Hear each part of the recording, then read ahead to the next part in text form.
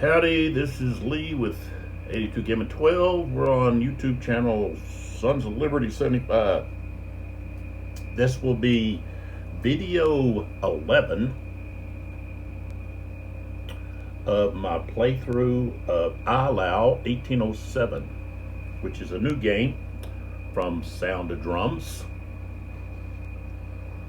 And here's the box. It's a Battle of Napoleons, Volume 1. This came out in, well, the copyright's 2023. I got my copy in this year, early, well, several months ago. Now, it's, was it May? Might have been May. And I had, I was playing the Battles of Julius Caesar, a GMT game. And so I had already started that, and I wanted to finish that. But I had been anticipating this for quite some time.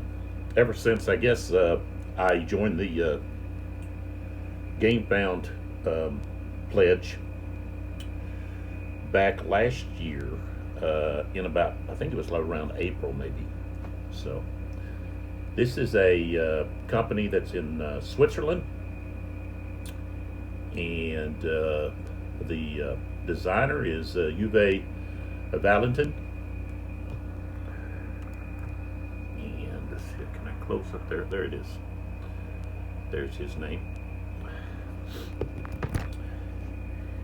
And so Sound of Drums is a small game company, independent game company. I suggest you check them out at soundoffdrumsgames.com. Sound of Drums, we develop and publish thrilling historic board games. So go give them a look. I know last time I had went to the web page, they were under construction. They were, I guess, making some improvements maybe to their site. So, but you've got all of the other links that you can go to: Facebook, Twitter, X, Instagram, so forth. So, and then the dice that I'm using, which were made specifically for this game, are by Chessex. So go check out what they've got at chessex.com. They've got dice, accessories, game accessories, and they've also got a few games. So. And then along with Chessex, I've got 3 sets here, 7 dice sets that I'll be giving away. And the last video, whatever that video is going to come, or whichever number that is, I'll provide a question, and that question will deal with something that I've talked about in one of the other videos, maybe more than one of the videos, but the answer will be found in one of the videos. And I'll give several days, maybe like a week, for viewers to submit their answer. And please, one submission per person, and the correct answers I'll put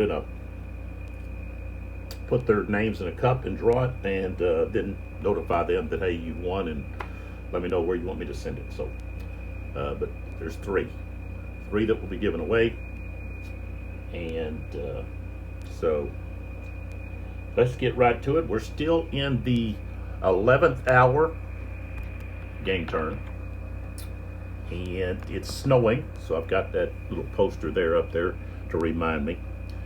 And just a reminder, snow limits a line of sight to 4 hexes.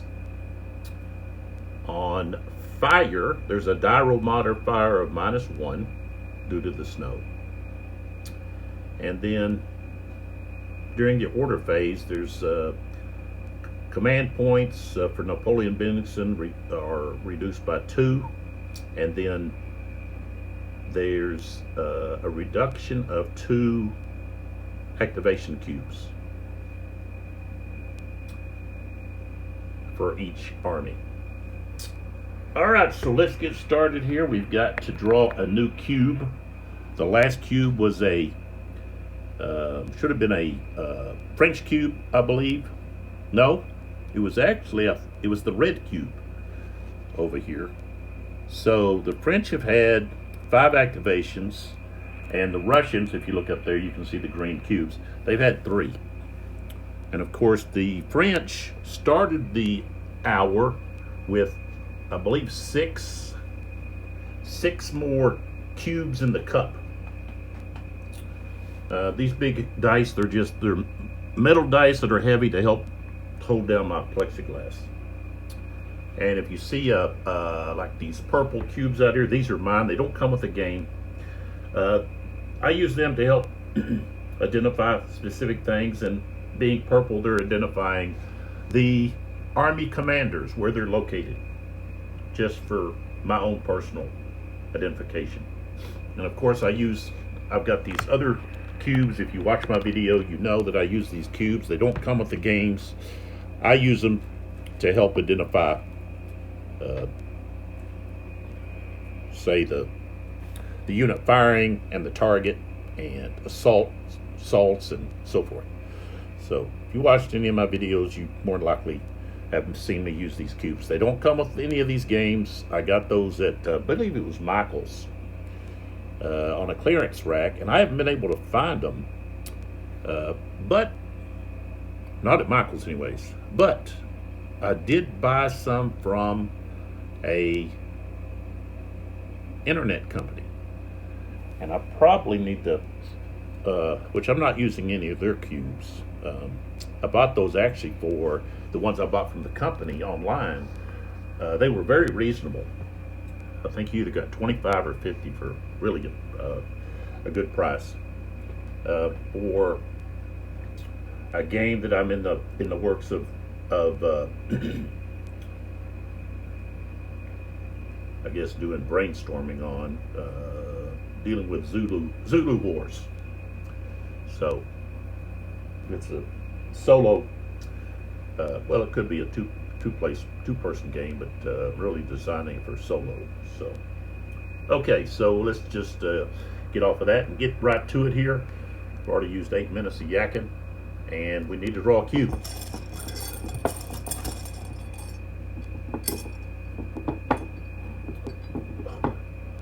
Okay, so it's blue. So that means in this pyramid dice I use for keeping track of how many cubes I've picked in a row of the same color.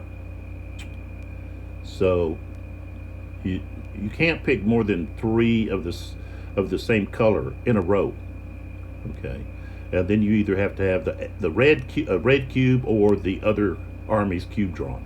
So this will be the first. I just placed it over here as a reminder that that's going to be the first blue cube in the new series. All right, or in a row. So we know, or if you watched the last video, you know that I started off by activating Boudin over here on the Russian left, the French right, and moving up to harass and try to push back on these cavalry units. Now the danger of of that is those cavalry units can reaction charge, so that or evade. And Kaminsky is on the move to get over here, but of course he's in a strategic move, so he's not going to be able to move too close to start with. He's going to have to wait until next turn to get a new order, and it'll either be attack or defend order if he can if he's not too well. Yeah, if he's not too far from Bennington's kind of hamstrung with the number of orders that he can give. So, so I've already used Godin twice, and but I haven't used the other two guys here, the other two divisions in Davout's core, and the last activation I had for the French was Milhaud,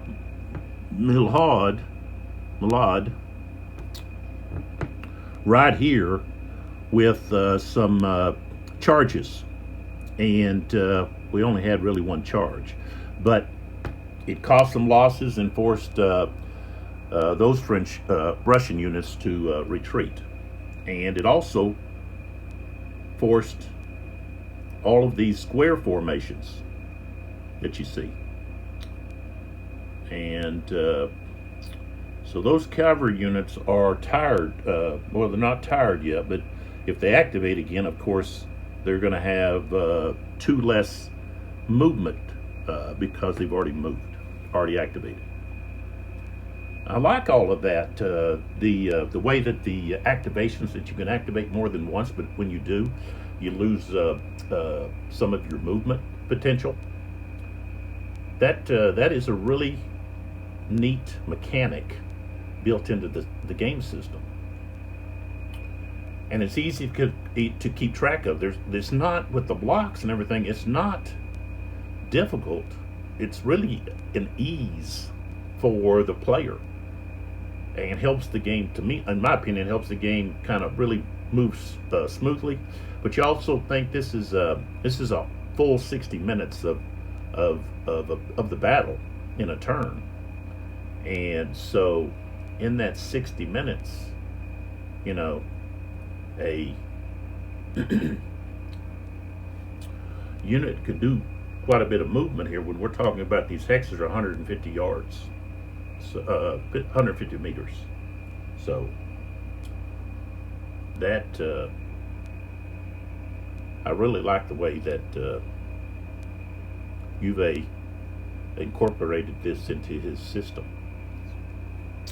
All right, so I think what I want to do, and this is where I wish really, see, I put my table in a corner here, and if I hadn't have done that, you know, I would be able to move over to this other side with more ease, and even to the opposite. You know, I've pulled that back out if I had room, and be like, put this in the center of a room, and you know, have, you know, chairs around. And that's what you would do if you were playing with multiple people. And this game would be awesome to play with a large number of people. Say at a gaming convention, and you get you know, 10 people on each side, or you know, 8 to 10 people, you know, on each side, and you just, you know, assign them a division, or you know, of course, you're going to have somebody's over the corps, somebody's over the army, and you know, they could be preparing what they're going to do, and they're just waiting for their opportunity. You know, maybe it comes, maybe it doesn't. And I think that would be such a exciting experience, especially with this game, because it's not overly burdened with a lot of chrome.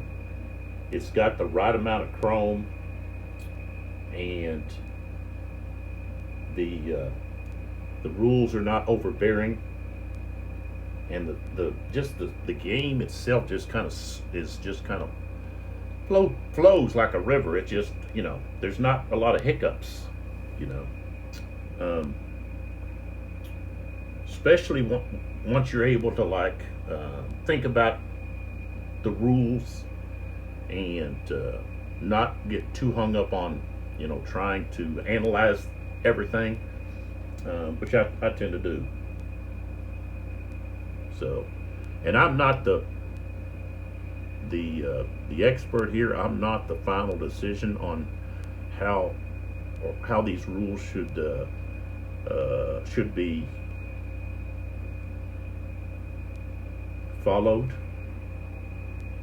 You know, And the thing is, with the, a lot of times I see it one way, someone else sees it another way, and through discussion, you kind of iron things out, and maybe both people were wrong, or one side's right and the other side says, "Okay, I understand that now." You know, um, I'm just doing my best to go through the system and play and just have a great experience, and that's what I'm doing. I'm having a great time here, and hopefully, you people that are viewing, hopefully you're having some fun here as well, and are getting excited about either getting your copy to the table, or you're excited and wanting to get a copy. And I don't know if there's well, you should be able to find, probably there's gaming companies online that here in the United States that have copies. If not, then go to Uwe's website and get you a copy. So,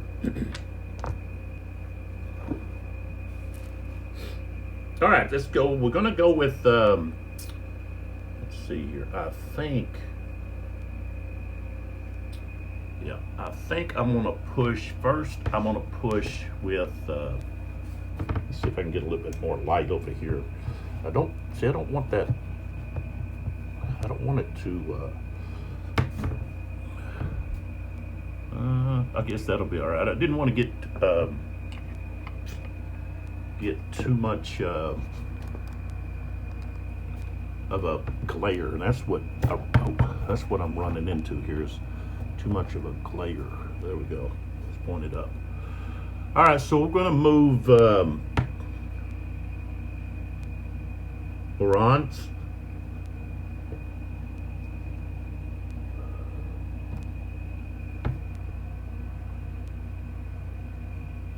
So we're going to move Moran's division.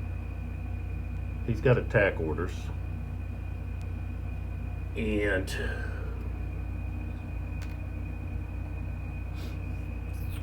so he's facing cavalry. And let's see, I believe this is his. Yeah. So he's the first division. 1, 2, 3, 4. So we want to move, I believe the woods cost 2.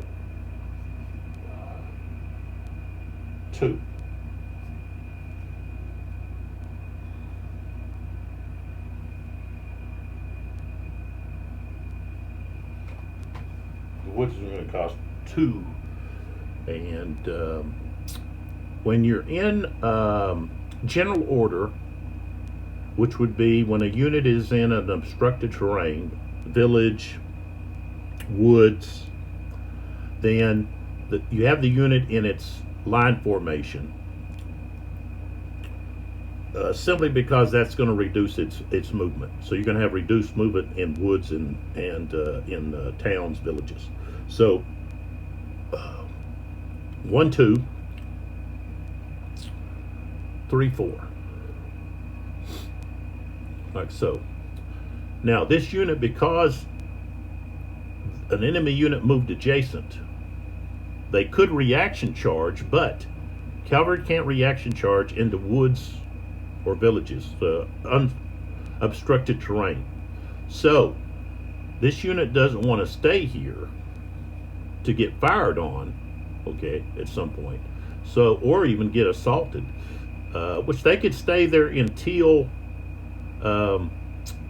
Which you might do that. It could stay there until it's either assaulted or fired upon, and prior to that, it could evade. So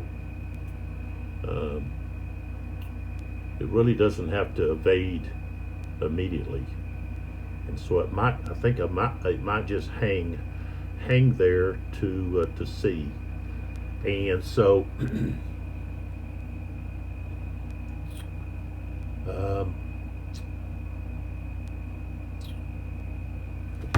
And since those are Cossacks, you may say, well, how do you know that's a Cossack? Okay. See this little emblem here? Okay. Between the two numbers? It's a hat. Okay. And that hat symbol is the symbol for Cossack. And a Cossack, they've got some limitations, okay, but they do have some advantages in the fact that they can evade anything. They can evade other cavalry. Okay, Cossacks, this is rule 22.2. Cossacks may not charge enemy infantry or unlimbered artillery units through their front hexes or hexsides. And if they want to charge enemy cavalry, they've got to pass a check.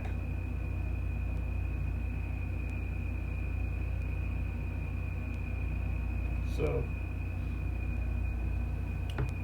which means this unit here, okay, which is going to turn, it's in line, 1, 2 to go right there, and they can't charge. Okay, this unit can't charge either. Okay, so this unit, let me back up now.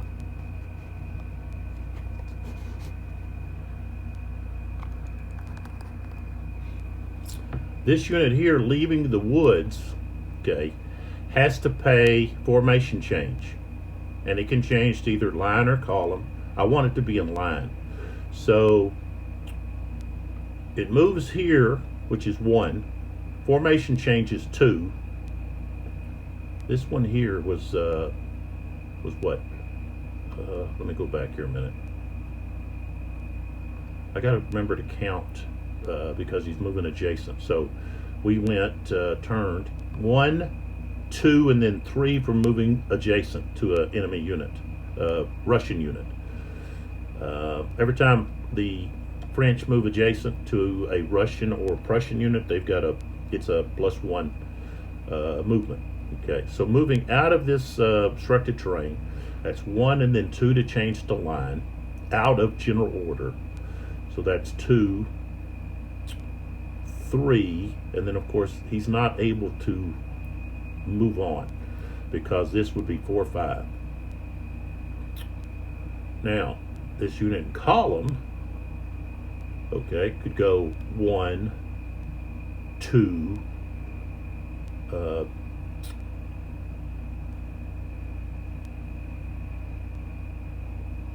and if he was to change to line, he wouldn't be able to move in there either. But that's what he's going to do. He's going to change the line.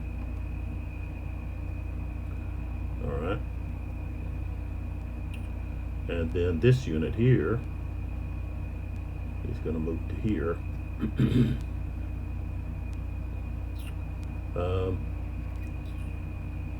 And let's see. We want to go 1, 2.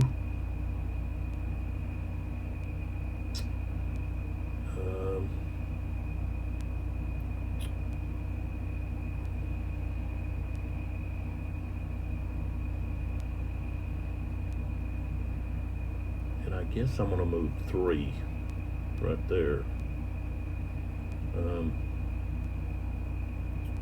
This guy here is going to move up 1, 2,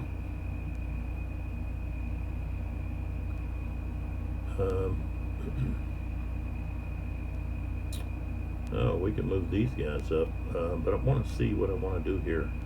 I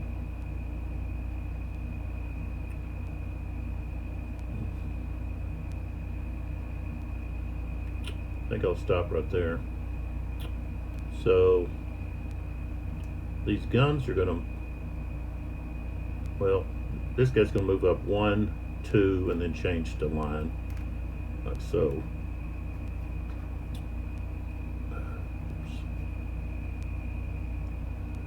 And this horse artillery is going to move up 1, 2, 3, 4.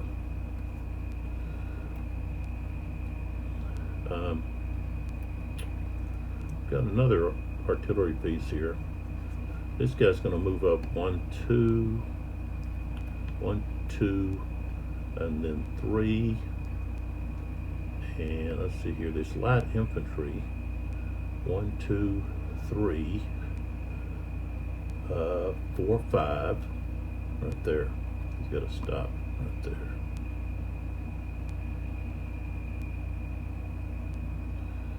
And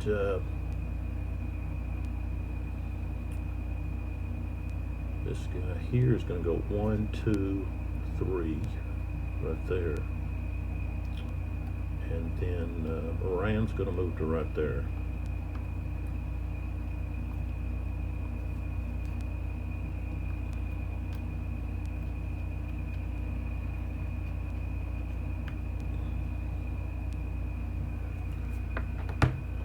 Okay, so I can actually get an assault right here.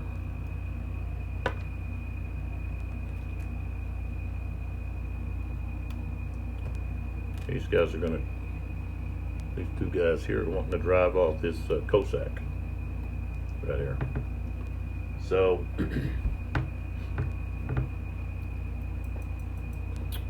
and of course the cavalry has no fire capability, but they can evade, which means they would just move out a hex to evade at the moment that the attackers declare their assault. And so that's what this Cossack's going to do. He doesn't want to stay in there and fight, so he's going to move there. And of course they can move in, and of course he does, and he turns like so. And then at that moment, this unit can move back like so and evade, since a unit moved adjacent. Remember, Cossacks can't reaction charge. So that's all of Moran's activation. That's his first. Okay. So it's a lot. You got a lot of like chess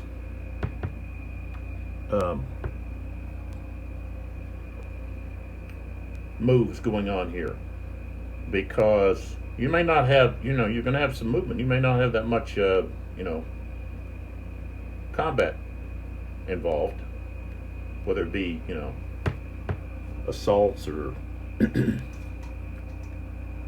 so forth. And I like the simultaneous fire combat.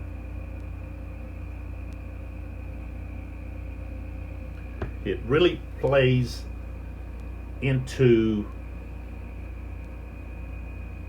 the situation with the snow, and the fact that that's going to interfere with the soldiers' powder, trying to keep their powder dry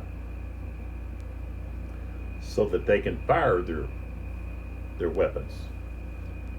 And so it limits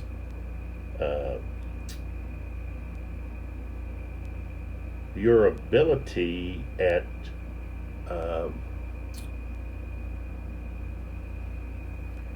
firing at a distance for the infantry and for the artillery in that regard, because when you activate the artillery, well, they're not getting to fire. You can move them around, but they're not getting to fire. And so not knowing when those red cubes are going to be drawn,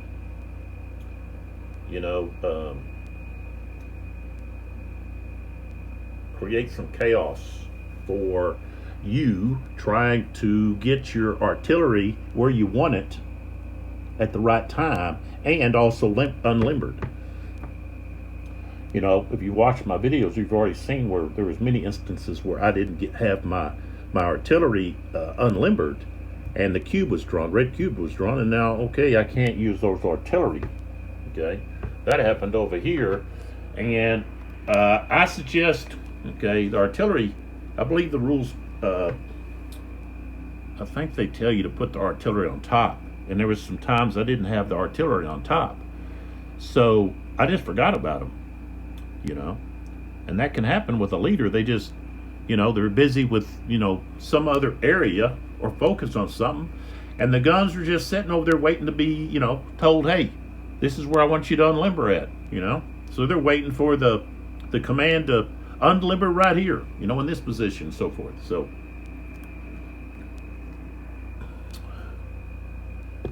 chaos was part of battle. So a game needs to incorporate that into the play. And I believe this game design incorporates a lot of the chaos that took place during this battle into the game. So, all right. So I already drew a cube. So it's the Russians. And let's see here. What I believe I was thinking about. Of course, I've got Baggy here. I haven't done anything with him lately. And I've got some cavalry here that, he's got a lancer right here. Those lancers you want to use against cavalry. You get a modifier that helps against cavalry. And I think it's especially useful when they're in line or column. So that's a -2. So if you can catch them in line or column, you're gonna, you got the -2. So you got a pretty good chance of causing them losses and causing them to retreat. So, but I really want to do something over here. I'll come back maybe there. I want to hit hard over here. Against. So pull that down. I don't want that. Why is that in there? Why is that like that? I can't turn it that way. There we go. And maybe I can, let's say, change the lighting here on here. Maybe I can. No, I don't want that lock on there. Get that lock off.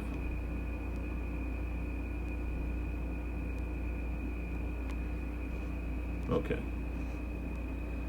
Okay, so I want to use this big cube here on Korth. Korth wants to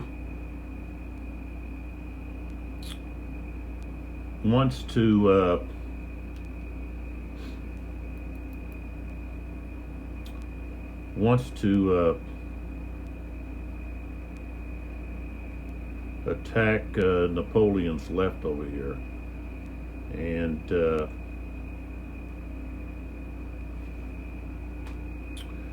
so that's who's going to get this. So, and that's the right wing cavalry reserve. They do have attack orders, and so we're going to jump right in here with this. All right, he's got a big bunch here. Now these two guys here, they are Cossacks. So in order for them to charge, they're going to have to roll in order to do that. And so I might think about doing that, but okay, with the reaction charge, let me go over here to the assaults. Okay.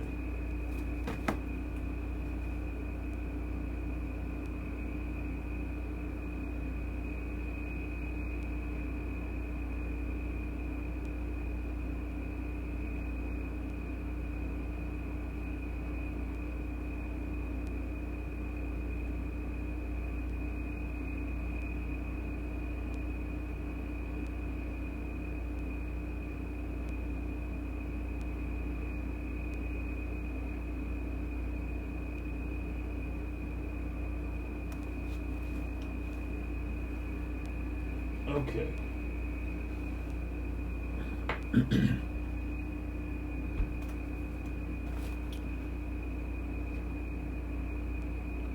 Now, dealing with the reaction charge. Okay, so we take a look here. Looking at the green. Okay.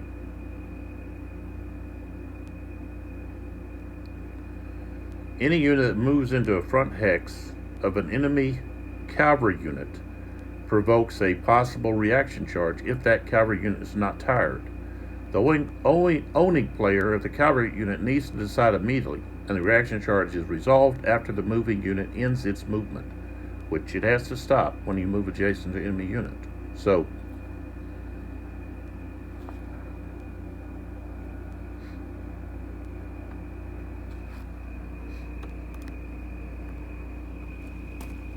okay, now the thing is, here, they're already adjacent. So, of course, that's just going to be, I'm going to go ahead and mark this so I know. But so they're not going to be able to reaction charge, in my opinion, and they probably wouldn't want to anyways, because one thing is a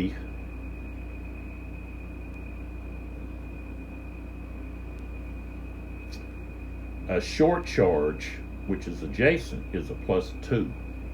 So that's a benefit for the defender. So, and a detriment to the attacker of the charging unit. So, all right. So let's see here. These guys are still in square. So,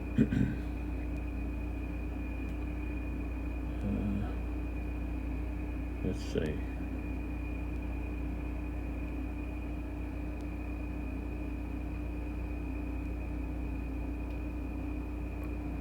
Okay, so I'm getting ready to move this unit. Okay, so that's the unit. This blue one is one unit I've got to think about. I'm thinking about moving. So now that infantry unit right there has to decide, and they may not be able to change to square because they're in adjacent to another unit, to an enemy unit.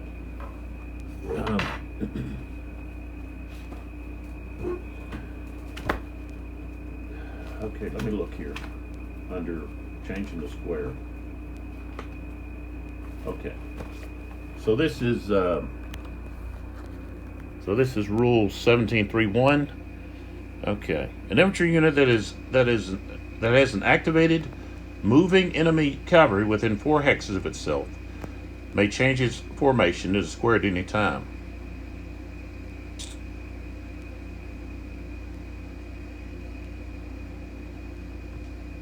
Okay, it says it must. Okay, well so he would have to roll because the cavalry is closer than four hexes. So if the player decides not to change the square but wants to wait and see where the cavalry moves, can decide to form square later, but then needs to pass a square check. So he actually changed out of square. So they've got to roll, and there's modifiers and so forth. But what did I wanted to check to see if there's something about not being able to change square when you're already adjacent to an enemy. And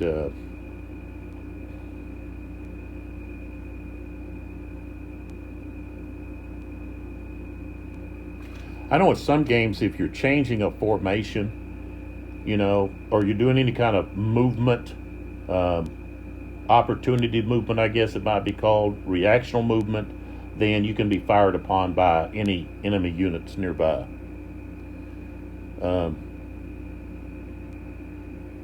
So let me go over here to formation, changing formation. Oh, I know this is where I talked about this yesterday. And,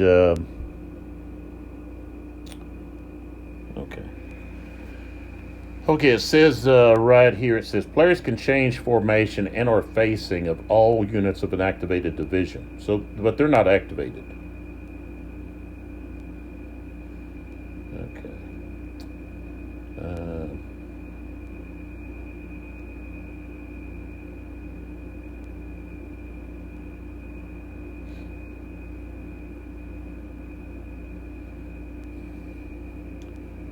I think it's under movement. So let me. Well, here's square again over here. Oops. Okay, here's some more information about square. Okay. All right. It may only move one hex. It's very vulnerable to enemy fire. Protected against cavalry charges. Thus, the unit in square has 6 front sides. Okay.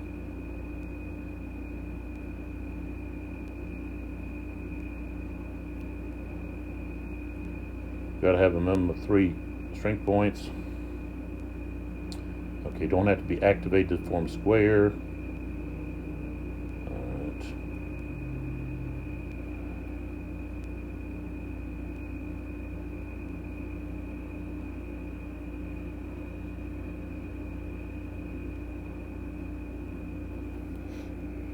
Okay, so let me go over here to movement, which this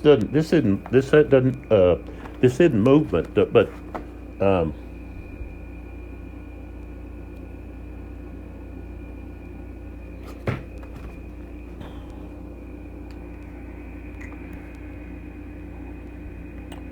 okay. Now right here it says a unit has to stop when entering an adjacent hex of an enemy unit and can't change its formation after entering a hex adjacent to an enemy unit.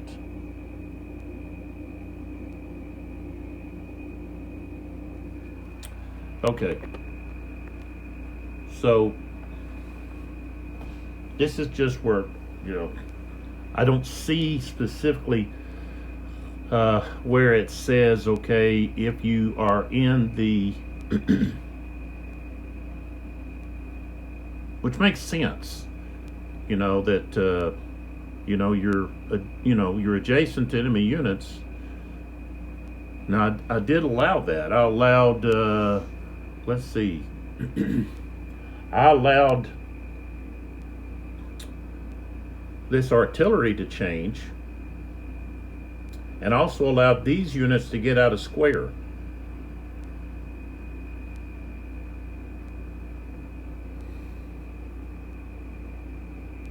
And I could argue, several different ways about that. I could see it both ways. I could see it where you say, no, you can't change, because that's, basically what you're doing is you're already adjacent. Now you're changing to a different formation. So I can understand you just, wheel your artillery right up on top of them and then change. I could see, okay, no, you can't do that. Well, I guess if you're adjacent, you shouldn't be able to do that either. So you're kind of caught in whatever formation that you're in until you can create some breathing space by, withdrawing, which allows the enemy to fire on you.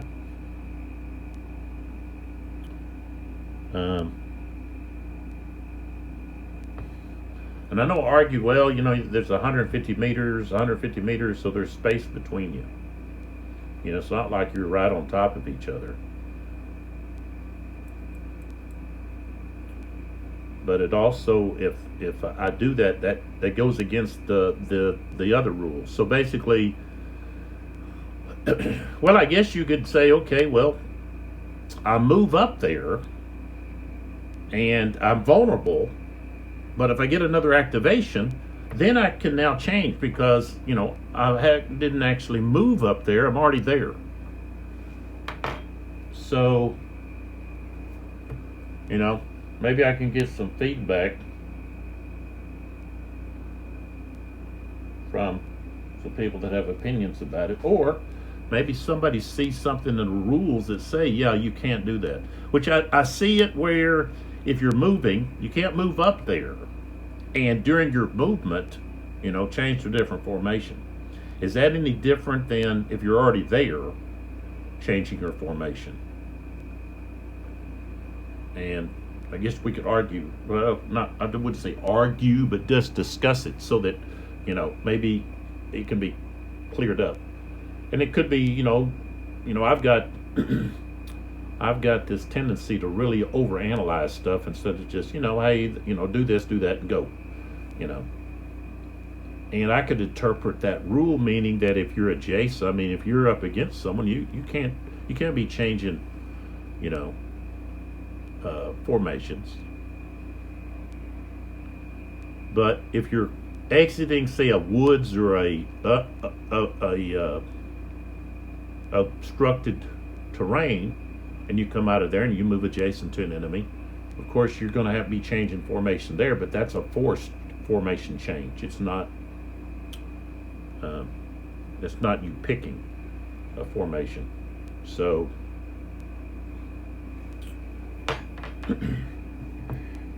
I would look at it this way: if you're going to change formation adjacent to an enemy unit, then they can fire on you.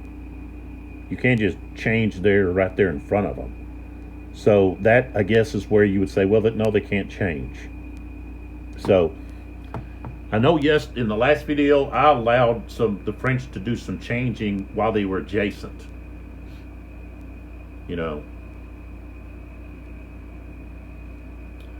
I know the French would move their artillery up and right up close and unlimber.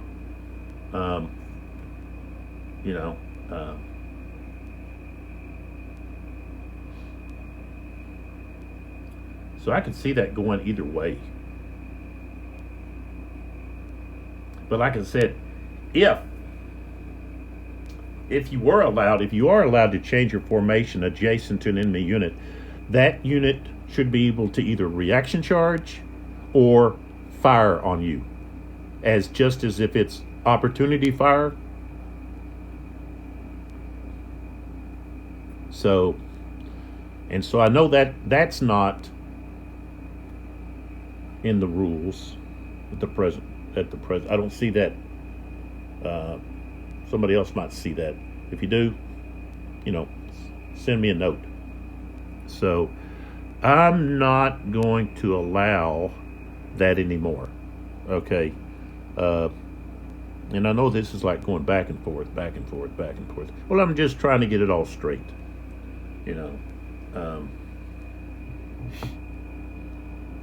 And it's like, well, I've already allowed it. So do I just keep allowing it? And stick with my explanation yesterday? I can do that. Of course, he has to roll. And he'll be susceptible to, some maybe devastating fire. So, okay, I allowed it yesterday. I guess I'll keep doing it. And I don't want to go back and forth, back and forth, back and forth. It's just not, I don't like doing that. So I allowed them to change formation, okay, when they were adjacent. They didn't move in, they were already adjacent. So, all right, so that's a long time spent just debating that. But hey, maybe it's an issue that is important enough to debate, other players may have that same dilemma, But as I discussed this yesterday, that any new system is going to have some hiccups. And what really is key is, having living rules. That's what the living rules are all about, so that you can smooth out the hiccups. and so that the next volume will be a lot more clear, and all of the little nuances that pop up during the gameplay, you know, that, like I said, maybe playtesters didn't you know, that wasn't something that arose with them, or you know, if you're not an overthinker, you just go with the flow. So all right, so they're going to have to roll for square,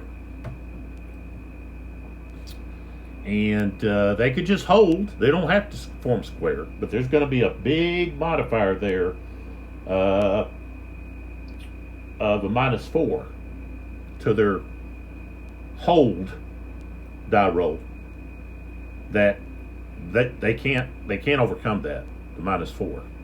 So now they do get, you know, to fire 4 strength points in defensive fire, but that's not going to be enough to force that cavalry unit to not go through with the attack. That's for sure. So, you know, they're going to lose if they don't go to square. It's just plain and simple.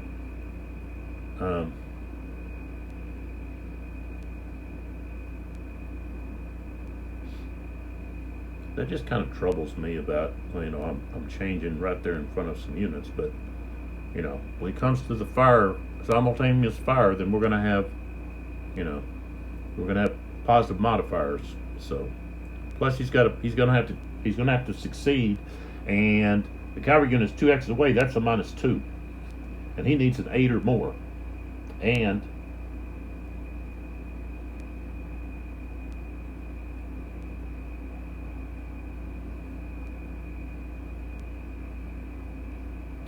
so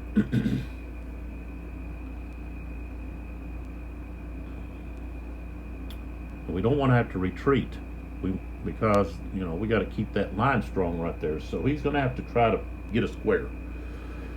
So here we go. We're going to roll. Maybe he should have a modifier for trying to change the square adjacent to, you know, an enemy unit. You know.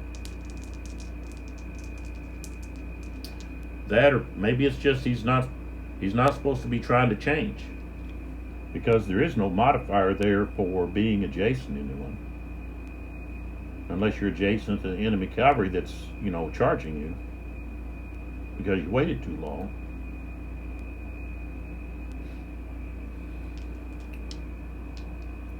Okay, well, I've already let them change, so I'm going to go ahead and stick with that for now. Double ones.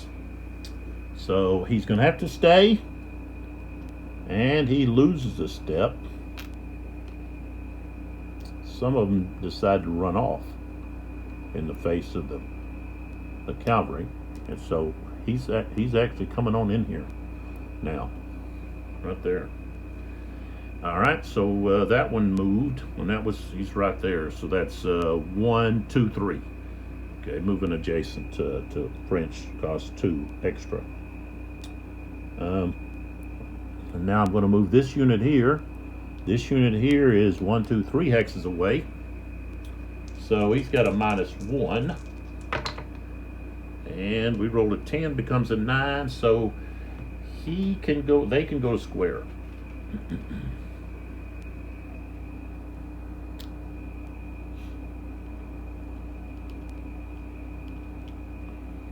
Okay.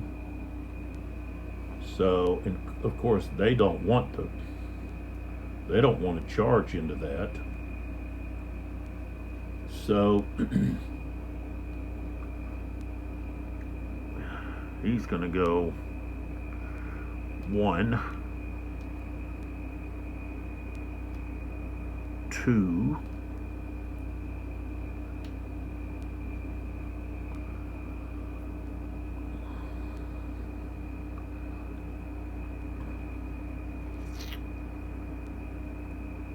and then 3. Okay, so right there, This unit, if he wants to reaction charge, he's got to react now. Okay, now one of the issues is if he doesn't reaction charge, then another unit can come up here and he can get, he's going to be against 2. Okay, but once he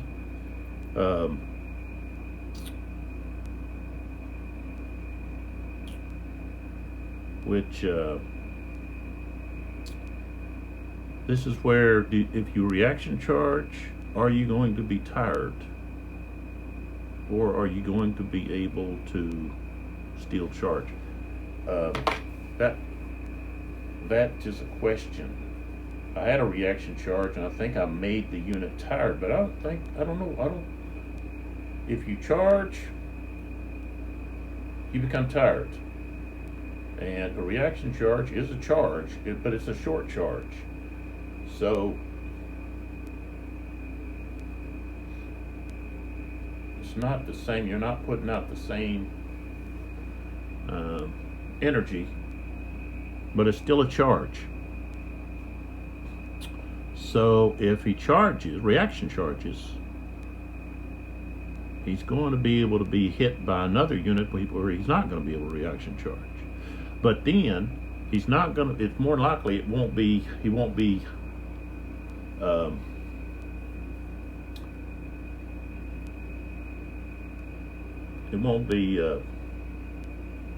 at the same, where he's being attacked by 2 units, which it could, because there's so many cavalry back there behind.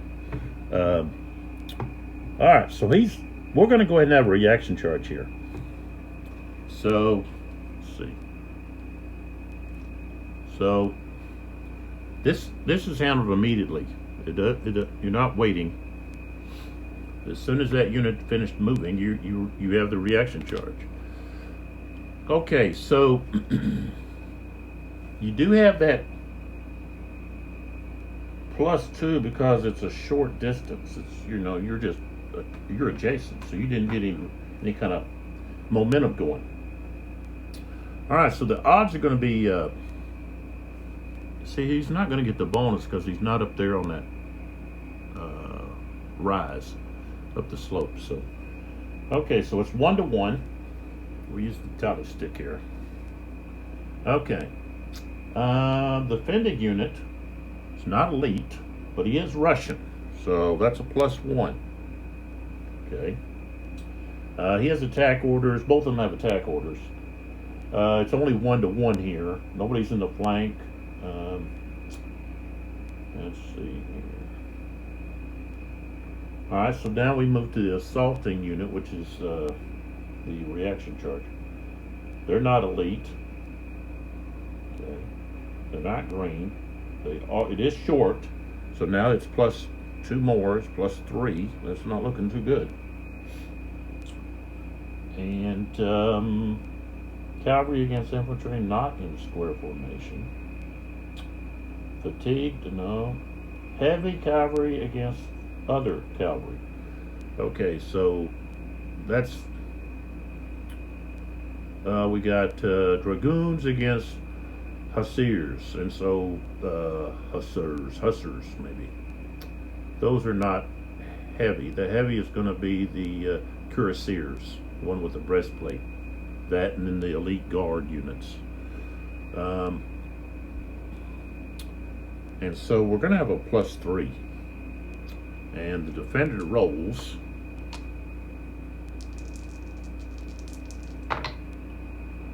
And we've got 11, that's 14. Okay, so one thing about being the attacker is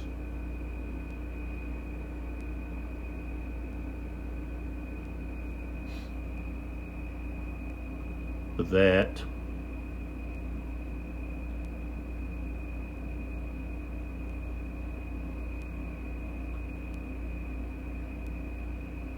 if you lose, unless it's more than 10, and it was, so they will lose. They do have to lose 1. That is a new rule. So with assaults, if it's 10 or more, then the assaulting charging unit loses 1. Okay. So they lose one, but they're not retreating. So they were able to make a standstill there. Okay. And so they're both now tired. This unit here is tired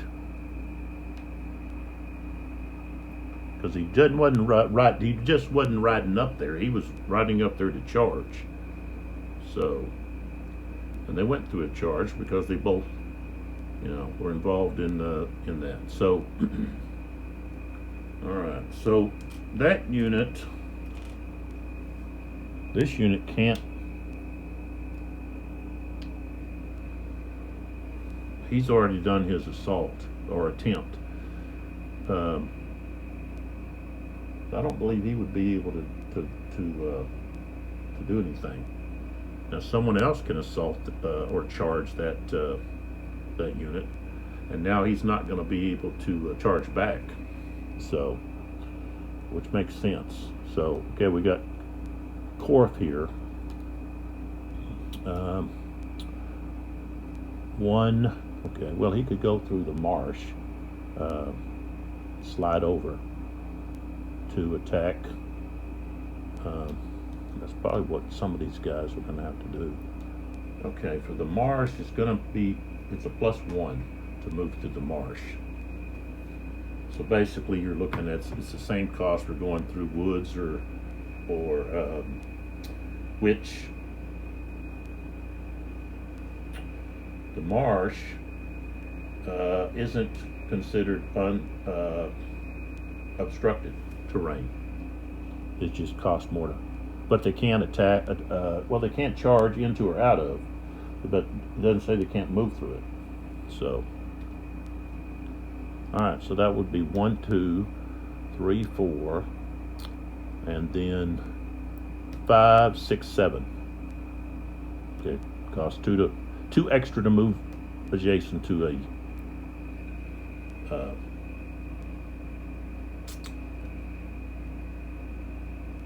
And I don't think I want to charge there.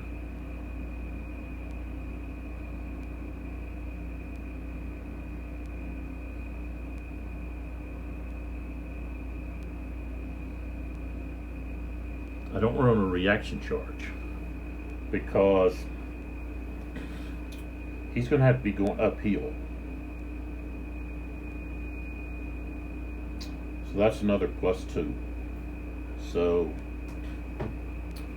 I don't think I want to do that. All right. Okay, let's see who else we're gonna have here.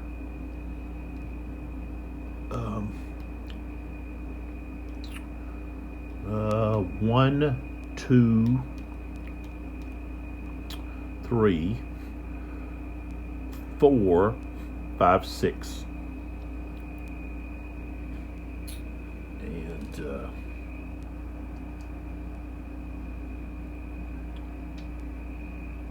let's go with the blue. I'm just identifying who's attacking whom now. Right there. And let's see here. This guy's going to turn 1, 2, 3, 4, 5, 6, 7. So he goes to there. Here's my heavy right here. So 1, 2, 3, and 1, 2. And now I want to see about these Cossacks. I think I'm going to try to get the 2 Cossacks to charge over here into this cavalry unit right there. Now with the Cossacks, I have to roll, but I guess you could move them up there and then roll.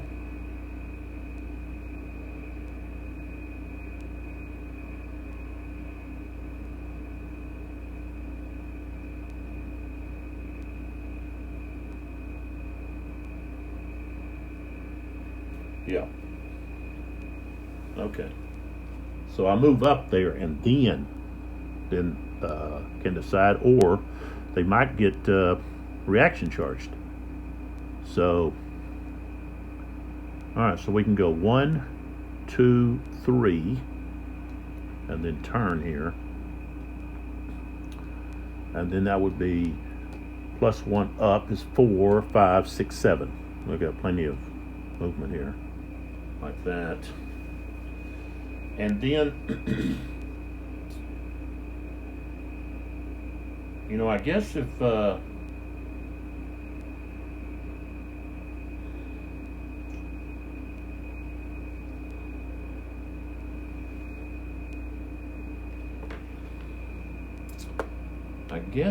they got up there and were reaction charged, they could possibly just evade. Okay, well that has to do with a unit moves adjacent. They're moving adjacent.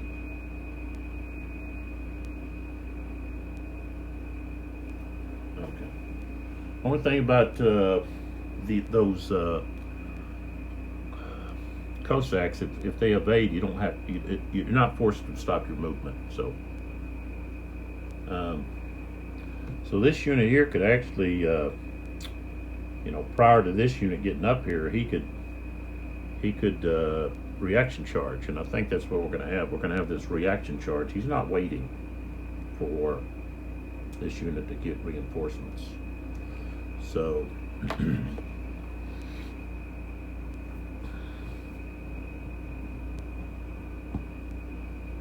All right, so odds-wise, 7 to 5, it's just going to be 1 to 1. Okay, elite, green. Now the defender is Russian, so that's a +1. Let's see if there's anything else here. Nothing else there. The charging unit is not elite or green. It is short distance, that's a +3.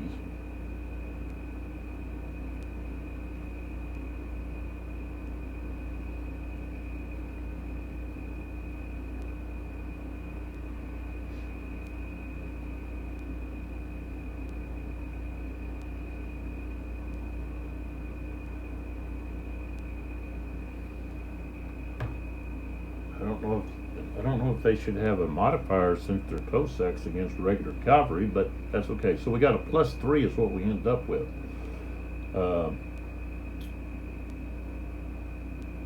So it's almost better to let the Russians attack or charge, because that way they don't get that +1 for defense. But we've already gone here. So okay, so we've got a +3. Okay, and I rolled a 5, a +3 is an 8, and well, you got to get higher than an 8 though. So that's going to be a step loss and retreat, and they retreat only half of their movement potential, cavalry units. So okay, so he's going to lose a step and then retreat. 1, 2, 3. Let's see. 1, 2, 3, 4, 5, 6. So he goes back to there. And of course, this unit now, I guess well, he would move into into that hex since he reaction charged. And now this unit here, 1, 2, 3, 4. He just wants to move over there. So, all right, there we go. So now we do our charges that didn't have reaction charges back. Okay. This unit here is not upslope. Okay, so we've got 16. They're not in his flank, but we have 16 against 6. That's going to be 3 to 1. 3 to 1. That's going to be -2. Okay. We have, let's see, defending unit. He's not green, elite, or Russian. He's into the attack order. He's charged for more than 1 hex. So now we're at -4.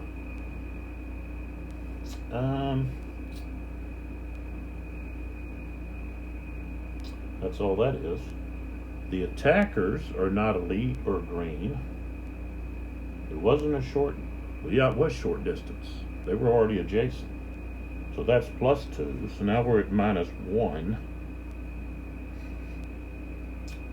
And they're not fatigued yet.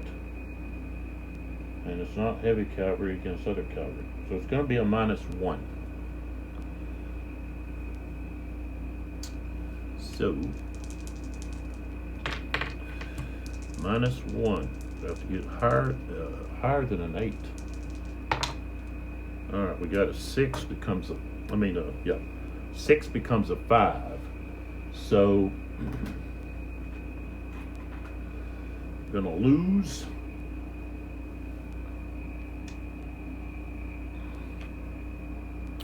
And this is where we didn't leave space for units to retreat. So when we go to the retreat,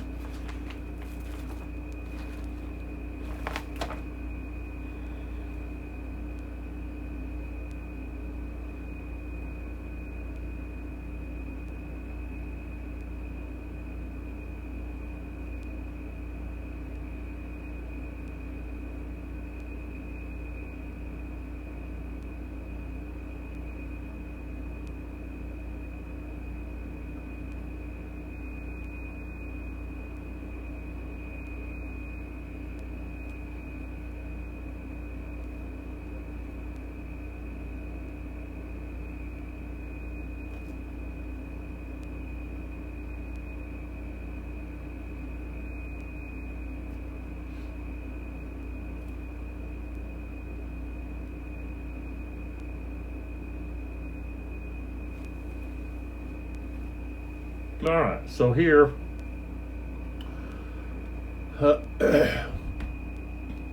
really the only path he has is not able to go here, but he can push this unit back,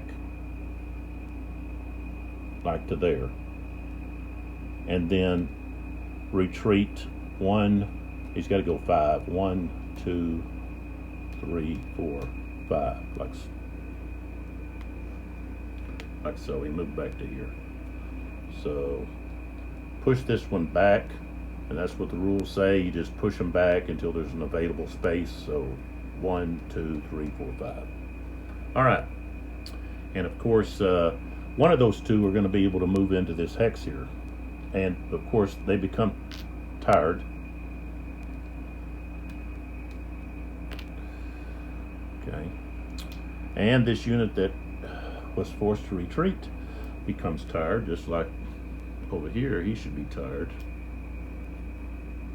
Okay, and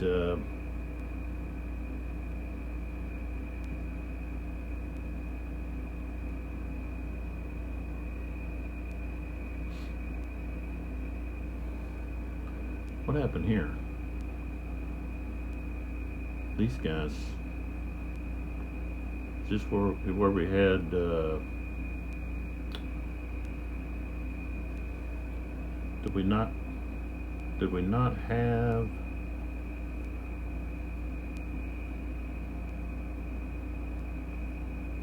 I don't know, I guess I didn't put any markers here. Did I not put any markers there? Did I forget to put markers there?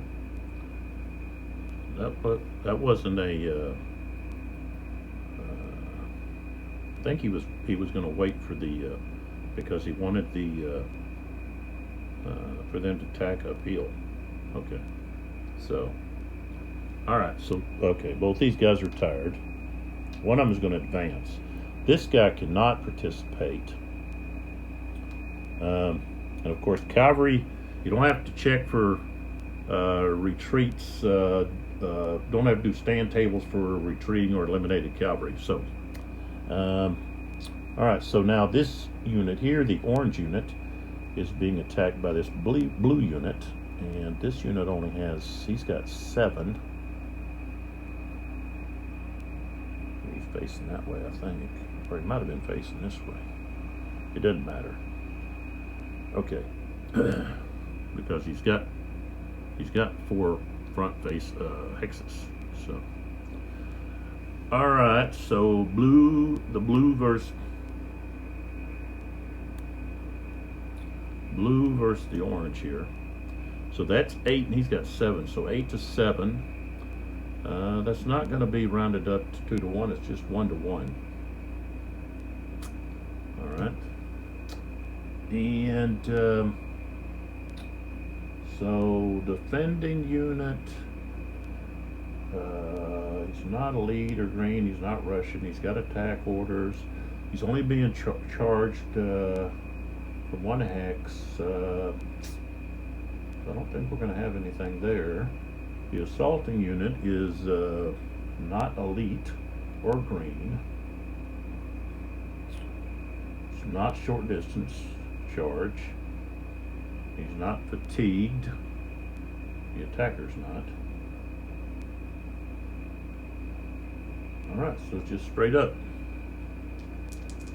Oh, he is going uphill though. So that's going to be +2. And so we got 10, 11, 12. So he's going to hold his ground, and no, he's not uphill. He's just right there. That's going to be over there. So that's just going to be straight up. And I did roll a 10 though. So he still has to take a hit, the attacker. And we just stay where we're at. There is no movement, but they both of them, because well, they both have to be flipped over.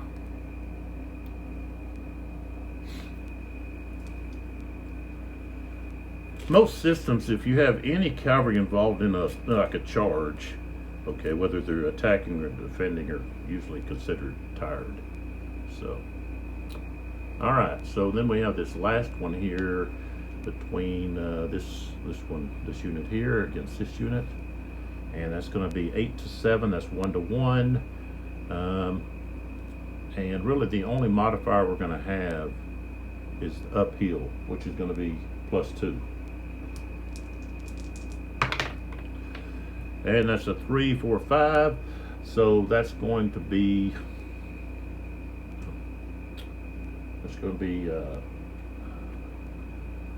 the cavalry unit takes a loss and forced to retreat. So they can go here. That's 1, 2, 3, 4.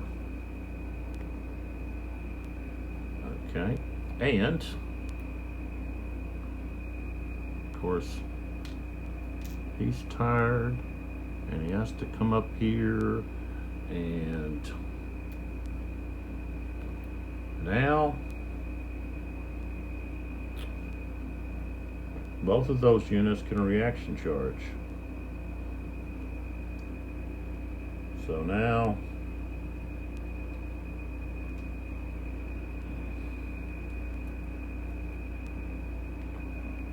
I can go ahead and over here, I can go ahead and move somebody up. Guess I'll move this guy, like so. Did I flip this guy? Yeah, I did.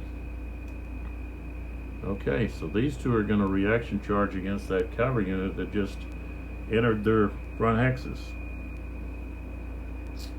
So, okay, That's going to be 2 to 1. That's going to be a -1. Now, he is Russian, so that's +1, so we're at 0. Is he getting a charge for more than 1 hex? That's -1. And I believe that's it. I think that's the only modifiers. So, those Russian Dragoons have to roll with, they have -1. And I rolled an 8, becomes a 7. So they're going to lose and have to retreat. That's what happens when you charge into a whole swarm of. And he's going to retreat basically just 2. So, well, I think you round up maybe on the retreat. Let's see.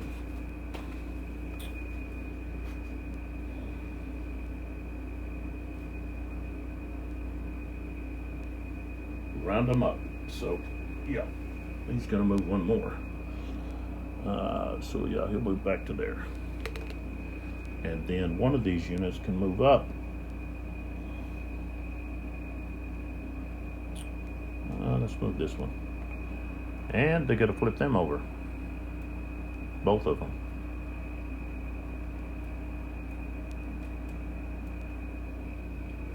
Okay.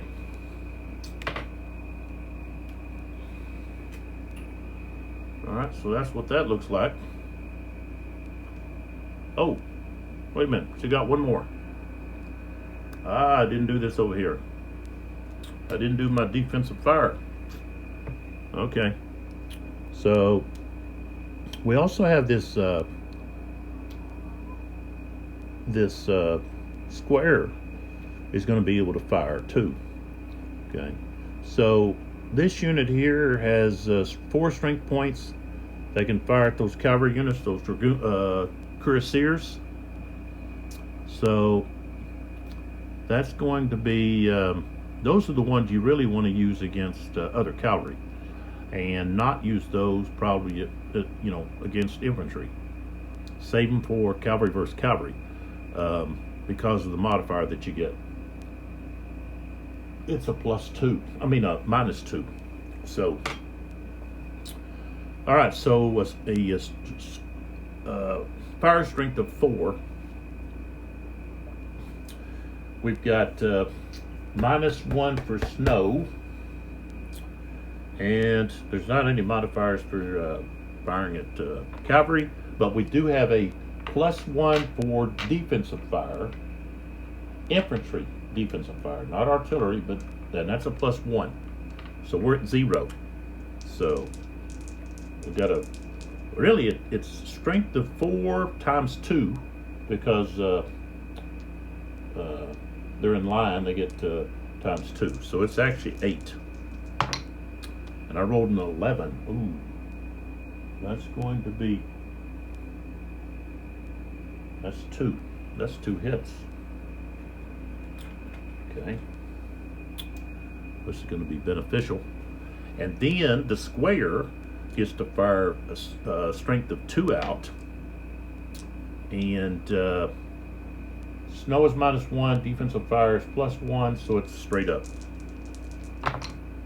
And that's a 10. And what I say, a square, that's just 2 10s, almost. Not quite there, almost. All right, so now we have the charge. Okay. And so the modifier is now 8.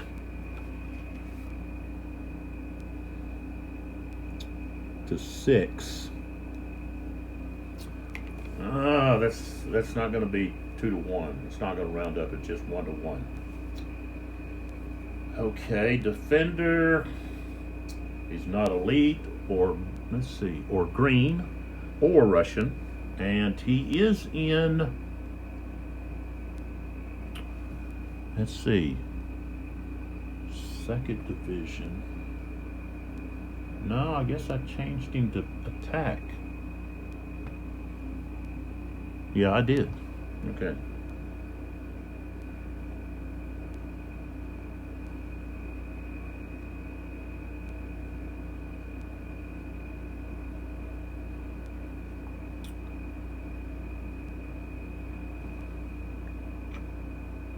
So right now we don't have any modifiers. Okay. But we are going to have that the salting of the charging unit is not elite or green, but cavalry against infantry not square is -4. So it's not going to matter what I roll here. He's going to lose 2 and retreat. And go ahead and roll. That's an 11. So, okay. So, he's now going to be at 6. 6. And he has to retreat 4. 1, let's see, 1, 2, 3, 4. And then this unit here, of course he has to go to tired and has to come on in here like so. All right, now we're finished with that, and that was a pretty good example of charges. And hopefully I did those right.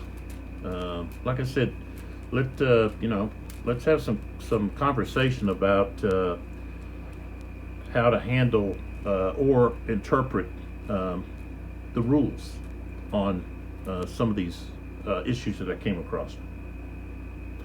On whether or not you can change your formation when you're adjacent to an enemy unit.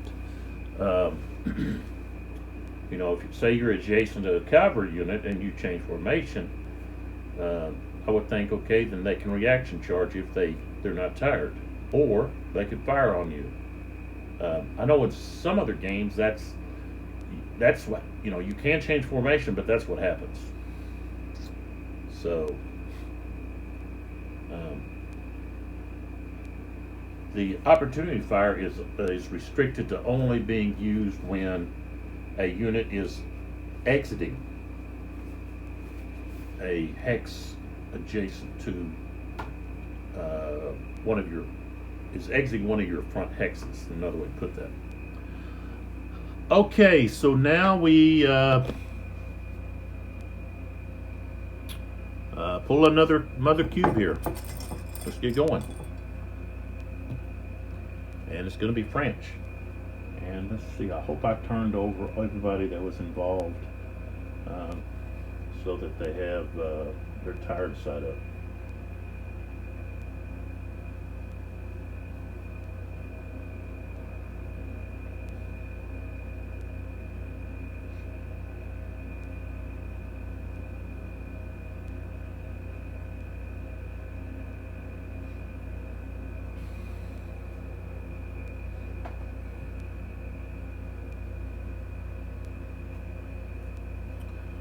I think, just as a suggestion, that a good way to identify tired cavalry would be on their tired side, that their movement factor be in a different color. Maybe be a red, that, or something that stands out a little bit more.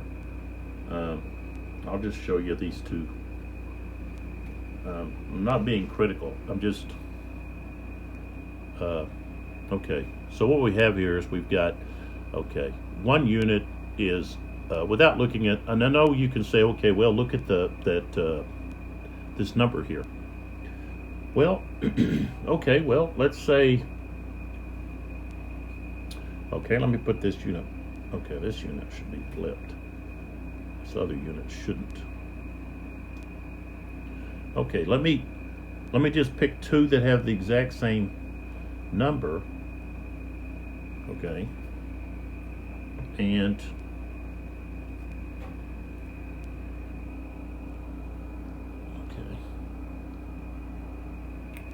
okay. So right here.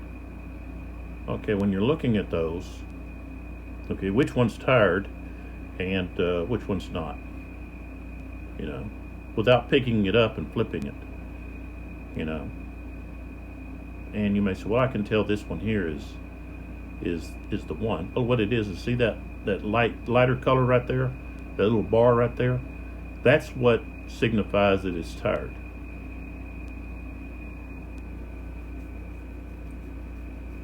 Well, when you've got them out here like this and you're looking, you know, that's something that you could overlook.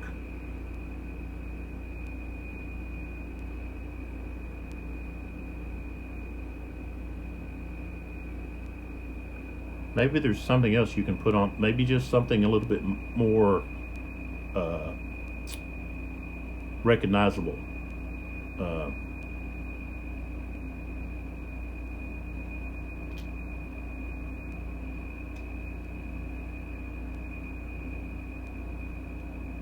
Oh, shoot. Kind of scattered some units here.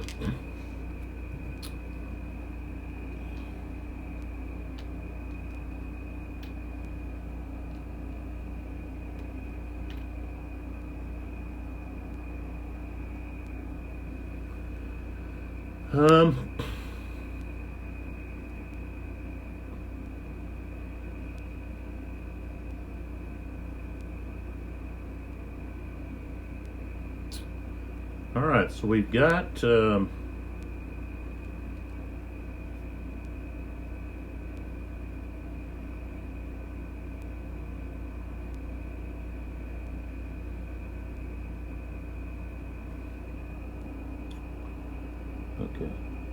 so I did turn him over. All right, so we've got the French activation, and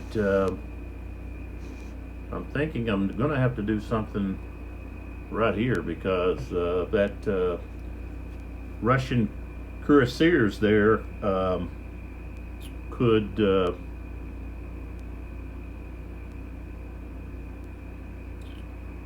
move right here and be in the flank, you know, the rear, be in the rear of that of those units. Or move here and attack these guys from their rear, or just attack right there, be in his flank.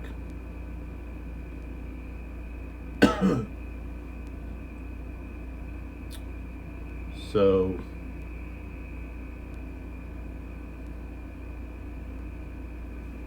you know, and even, you know, with this guy moving in here, some of these units could have possibly went to square, or it could have rolled to go to square, but they could have rolled.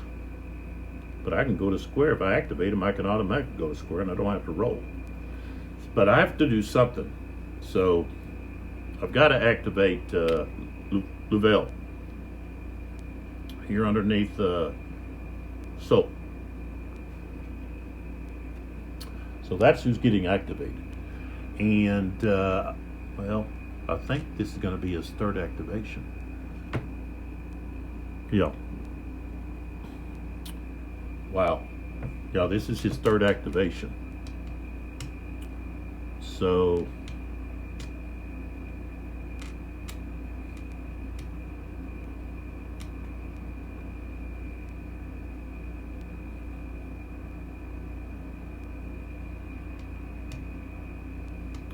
okay, so I'm going to activate him. So Louvel is getting activated because, oh, now the thing is, Korf, which he could move, Korf is here. This unit is more than 4 hexes, but Korf could move to activate.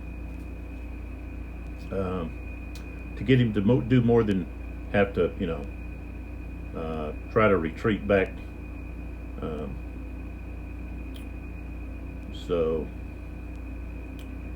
I'm gonna need, Korf needs, he's gonna need either Tupkoff or Sumnoff to get up in here and do something about these squares.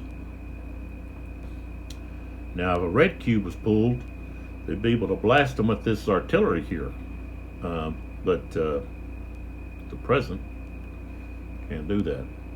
So, all right, so Lavelle's going to activate.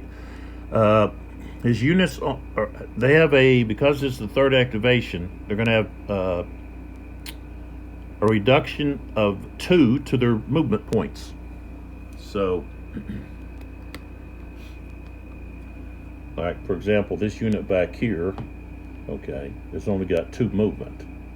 So he could only move up into here, which he could move up here to where Lavelle is. But that's not preventing this cavalry unit from attacking here.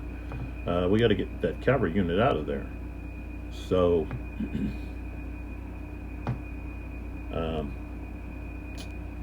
this unit here wouldn't be able to turn fast enough. He'd have to spend, okay. So, see, what has he got though? He's got he's only got 2 strength. You don't send him over there.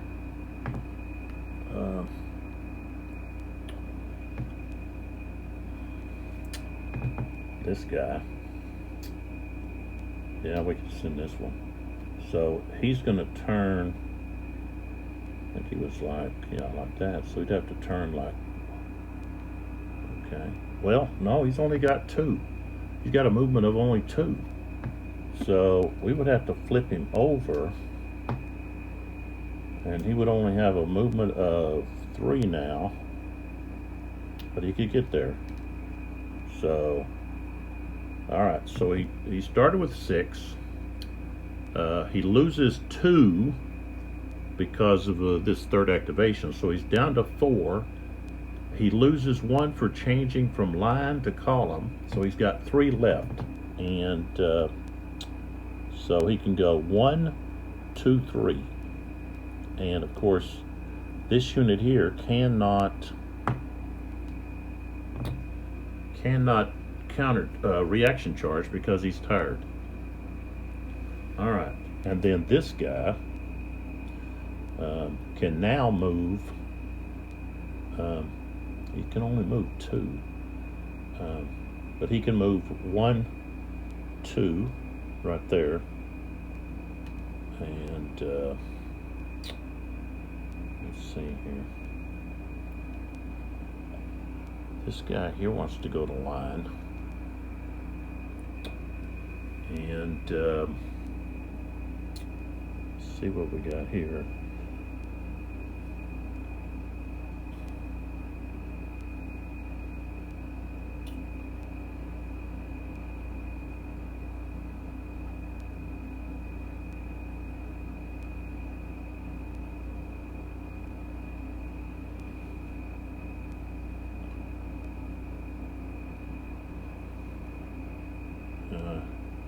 Well, he's going to get out of school.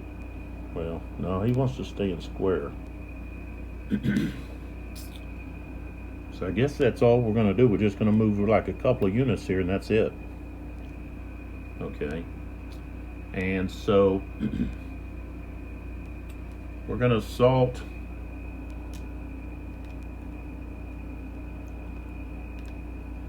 these cuirassiers. Now, the cuirassiers can evade, but when they do, I don't think when they evade, it's not costing. Let's see. I mean, if they evade, I don't think there's any opportunity fire. So they just escape. Uh, well, I think they don't get any. I don't think they're getting any fire from. I think when they evade, they're not getting any fire from the unit that's causing them to evade. Now, I would think other units nearby could fire on them.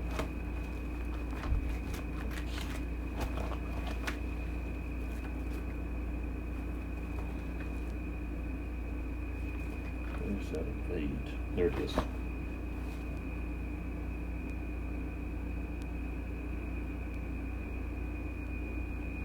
Okay, so that talks about in the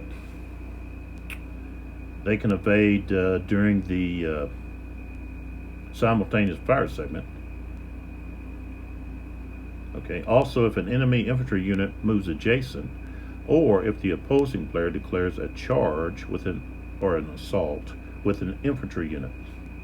Now, earlier in the rule book, it does state that when you see charge or assault, or it's referring to both in regards to most instances. So evasion doesn't trigger opportunity fire.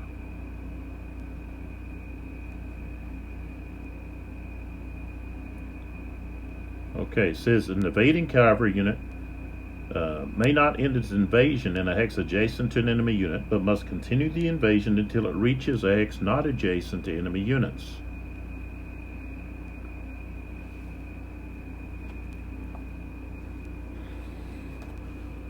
So I guess they're just able to, right away. So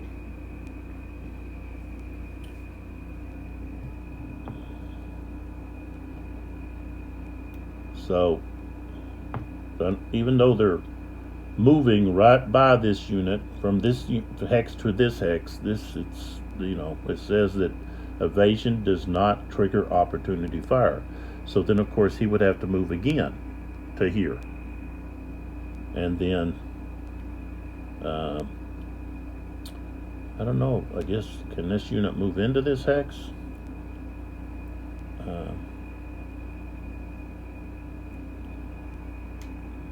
mean, he's assaulting that hex.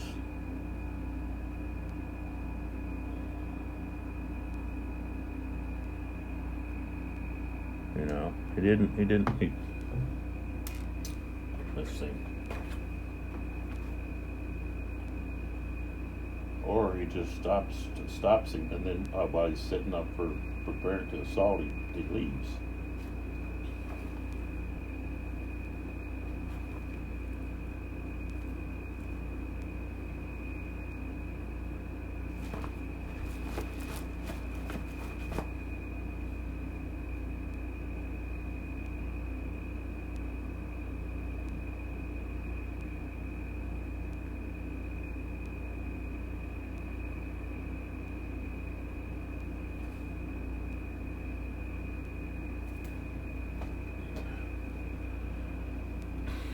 I would say no, I guess he can't. So there we go.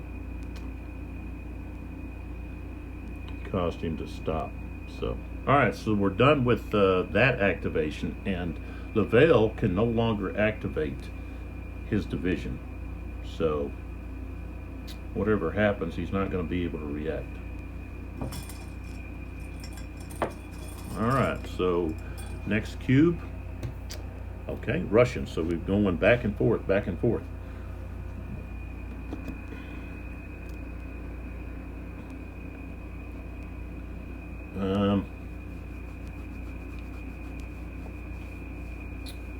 I think I want to let's see how many more greens we got. We've got 3 more greens after this one. So I need to get some of these other guys involved. Also, I'm wanting to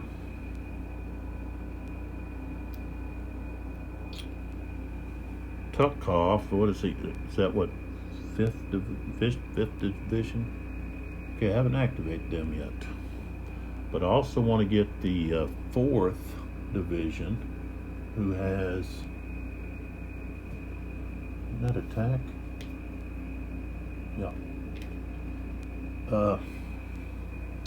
I want to get them down there.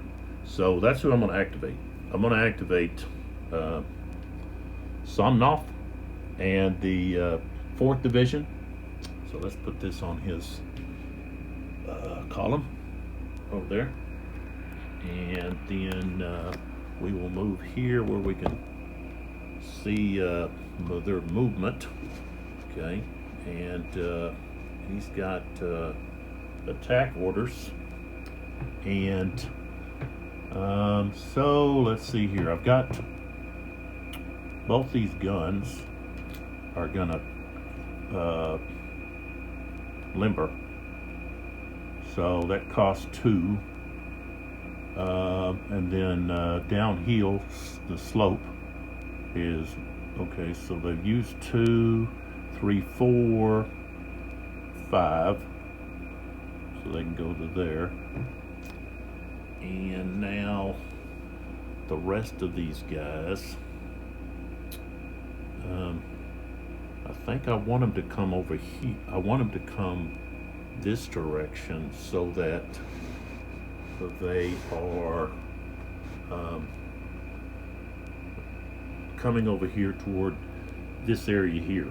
I don't need them to come over in here, this side. I need them to come this way.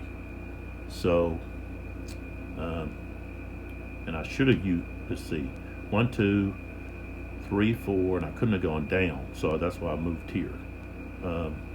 So, okay, these two guys, 1, 2, 3, 4, 5, 6.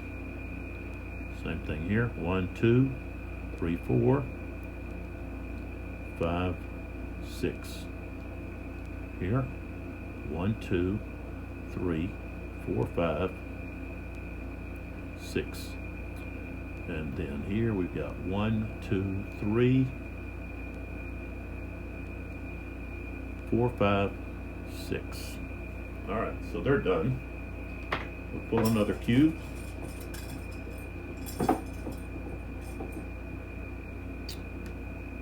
And it's another green.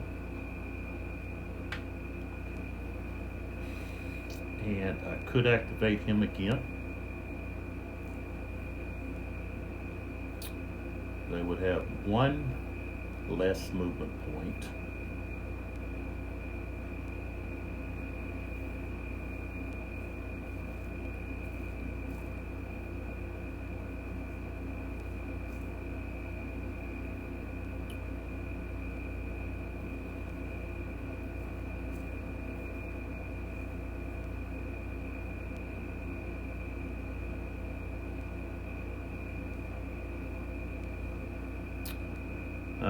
I'm going to activate Somnoff again.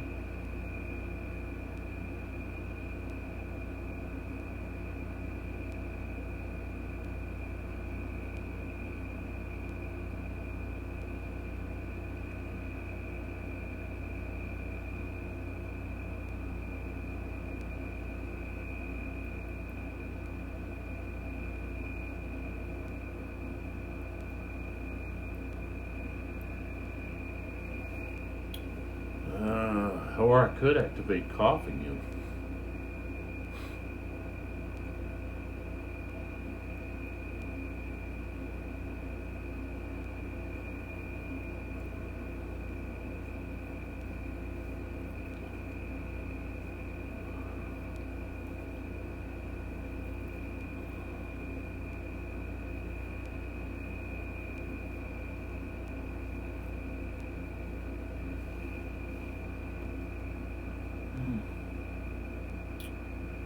I don't have that many more activations. What do I have left? 2?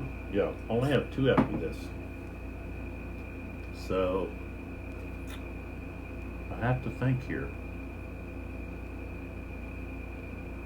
I know I need to get Kaminsky. I don't know if you can see him up there. I need to get, okay, Kaminsky here. I need to get him up here. Of course, the closest I can get, 1, 2, 3, 4, 5, is going to be right across here. The furthest I can get is to this village right here. then I'll have to stop. But I could set up a defensive perimeter right there.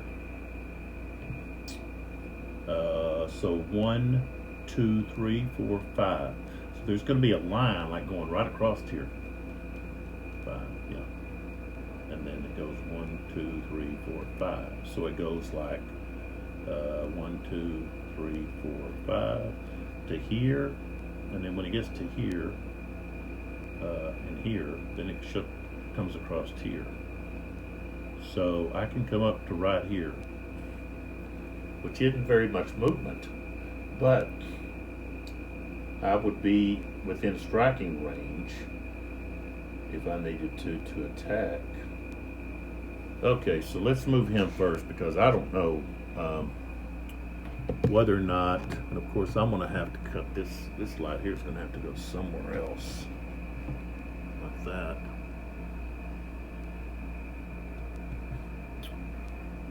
How come that's still shining? We got to bring this one up here.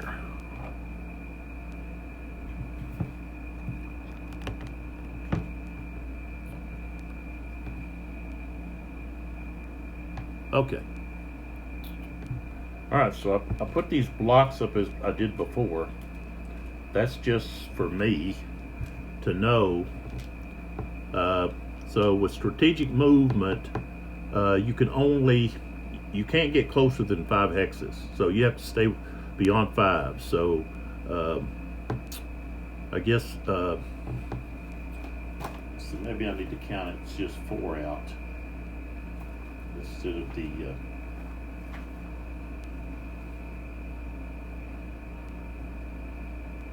No unit may move closer than 5 hexes to enemy units. Closer. So if I mark out 1, 2, 3, 4, 5, okay. So if I got right here 1, 2, 3, 4, 5, okay, I could get there. So basically I can get a little closer. So 1, 2, 3, 4, 5. I think that's my understanding.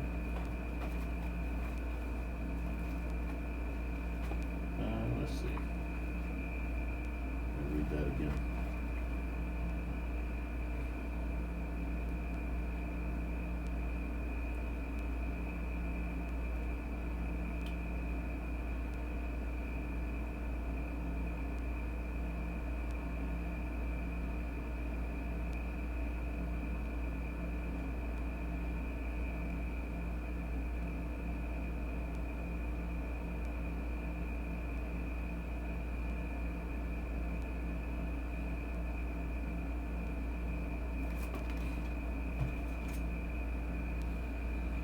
Okay. I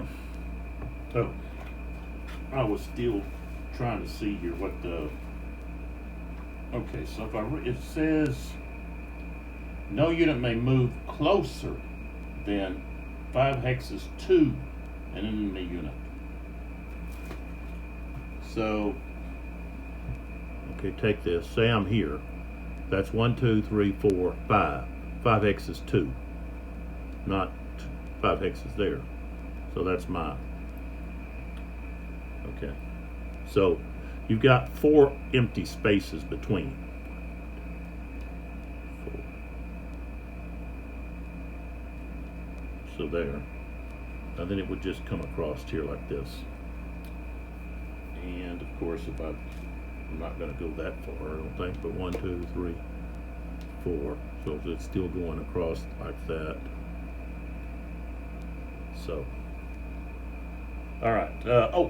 Also something I just saw was a unit has to be within 4 hexes of its division commander at the beginning of the activation, okay, to be in command.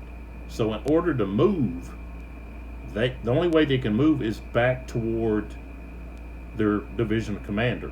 So the division commander cannot move over closer to him, so then they can move. I did that earlier in another video, and I should not have done that. So it's just, you just play and learn and keep going. All right, so they do have 1.5 times their movement, but because this is their second movement, they've got one less. Okay, so you don't do the 1.5 times and then you take the one from, okay, so these guys have 5 and now they have 1.5 times. Okay, and with the strategic movement, I believe you round down, you don't get to round up on that. Yeah, so it's rounded down. Okay, so with okay, so these two guys here have 5, and then 5 times 1.5, so that's going to be 7.5. Yeah, so it's going to have 7. Okay, so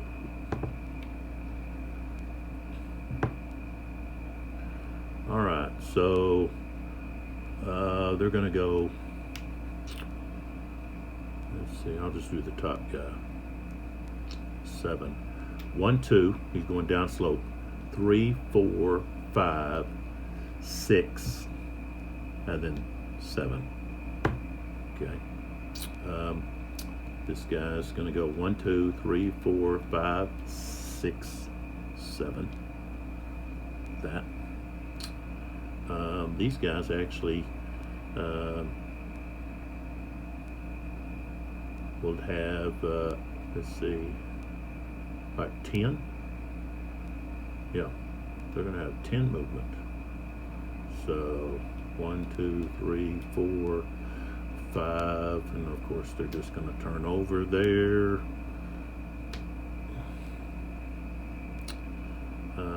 Well, maybe I should have added them over there to those guys.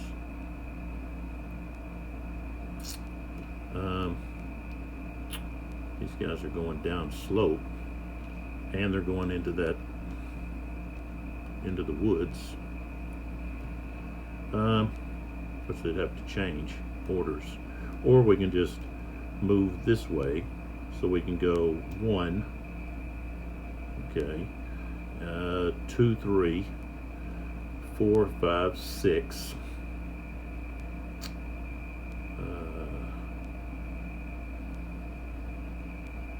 7, 8, 9,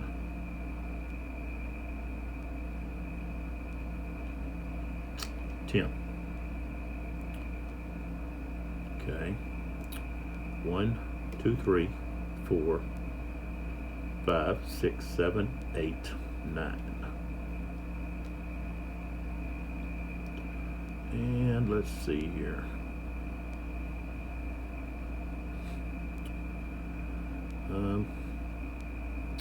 One, 2, 3, 4. I believe it's, no, maybe it's not 4. No, it's just 1. But of course, he's automatically goes to, so that was only 3. But he has to change here. Oh, wait a minute. Those guys have 6. They don't have 7. That's 6. So they only have 9. So he would only get to there, and this guy would only get to there. Okay, because they have 7 minus 1 is 6. Okay, and this guy starts off with 6, so he only gets. Okay, so I think he was here. Okay, so 1. Okay, so he's going to have 6. He's going to have 9. 1, 2. Okay, 3. Then if he goes here, 3, 4. Which now that's it. You don't have any more. Okay.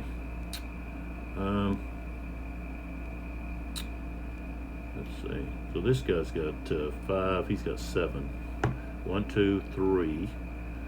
Okay. 4. That's it. That's all he's got.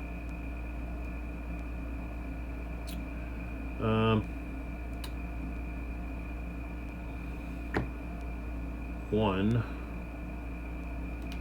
okay, 1, 2, 3, 4, okay. These guys here, of course I'm going to move him. Now he's just going to move up to here. So we're going to go 1, 2, 3, 4, 5, 6 there. This guy has 7 movement potential. 1, 2, 3, 4, 5. He's just going to move to there. And then these artillery pieces. 4, they have 6. 1, 2, 3.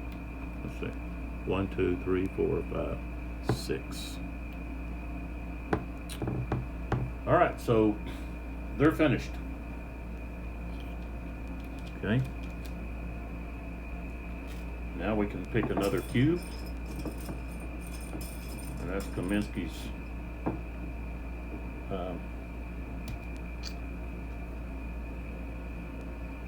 second activation. And now we come back to the French. And let's see, what do we got here? We've got Legrand, 3rd Division. He's in defend. We got to do something here. I want to, oh. Yeah, I want to activate, oh.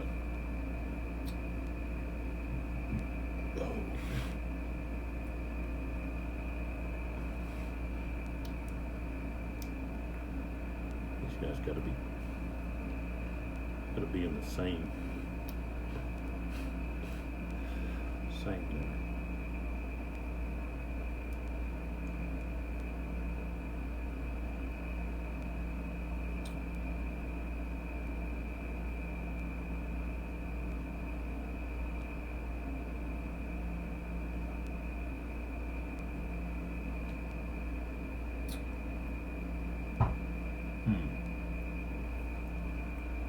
I think I want to exploit second. So we're going to come in here and Milad is going to be activated. So I'm going to use this to activate Milad, and so he's got the 3rd Division Dragoons, and these 2 units are within range. This unit is within command range. He is, of course, and then 1, 2, 3, 4, he is. Now he's got 1 unit that's is tired. Okay.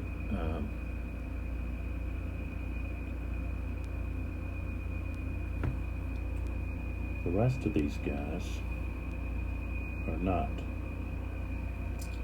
All right, so this is their second activation.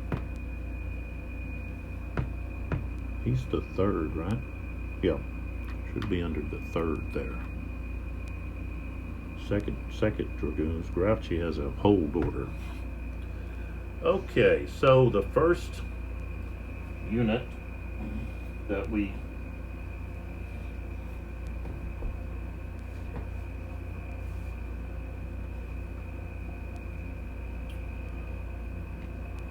are going to activate will be this unit.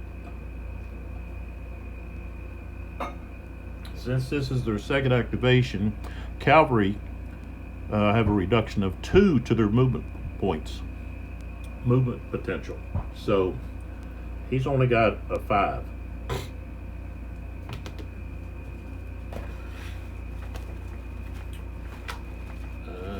And cavalry have 4 front and 2 rear. So they're just like infantry in column. All right, so when I activate him, these 2 units here are able to decide whether or not they want to go to square. Okay. This unit here is only 2 hexes away. So they have to roll to see if they want to go to square.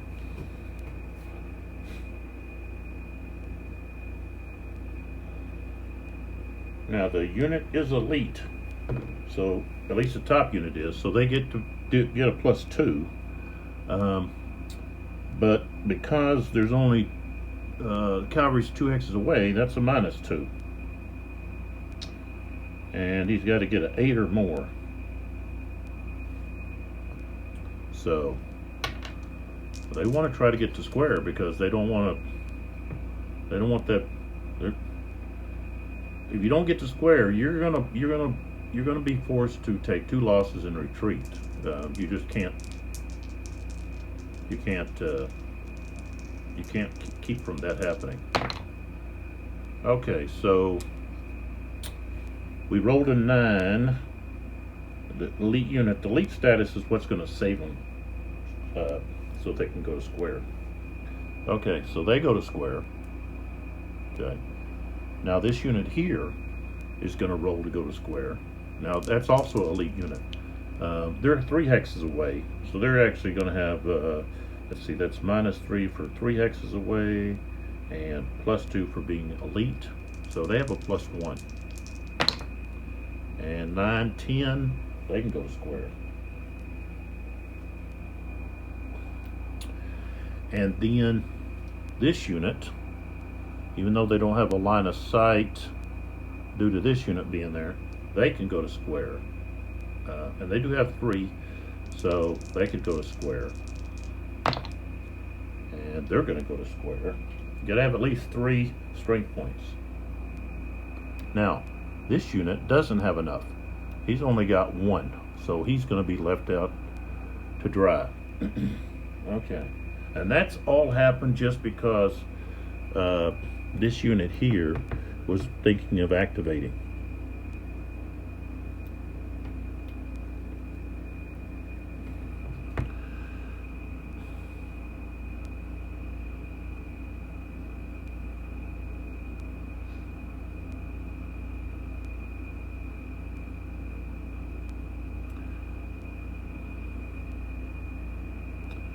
Now the bad thing is, because the way where these squares are, they're not going to be able to just rush through there.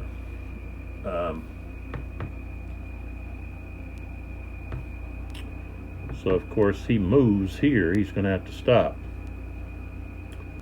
Same thing with this unit. Moves here, he has to stop.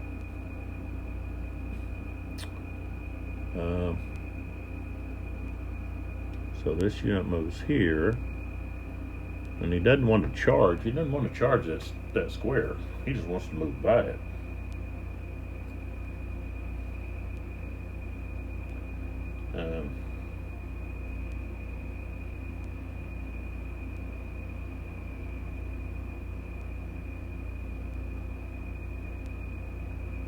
Because that's a +4 for the defender.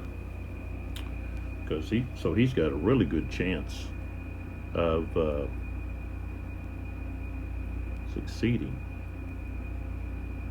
but he's got to get more than 8.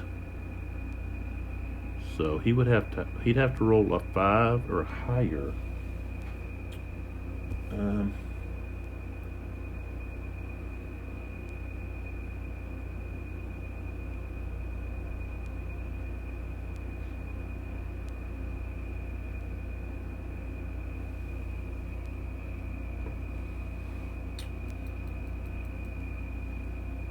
And if I could get odds, of course they're Russian, so they're going to get a +1, so that means they're getting a +5. And the only thing is trying to get better odds. I'd have to get like 2 to 1. I'd have to have quite a few units trying to assault or charge a square, which I could. I could do.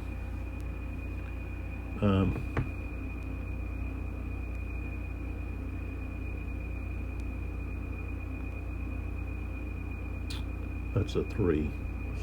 That's not this guy's.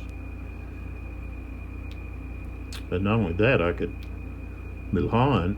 I get to add his factor in here. So yeah, well, it's 2. So we're going to go there, and oops.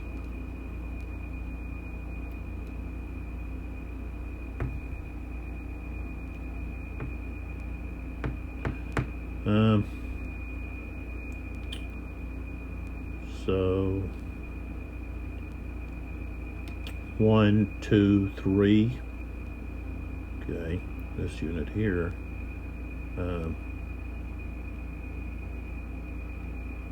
If I move this unit,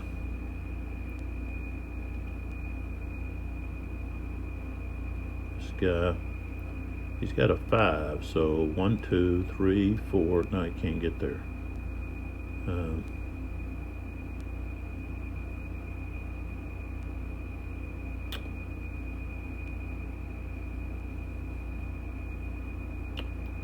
They're gonna have 16 against whatever they got.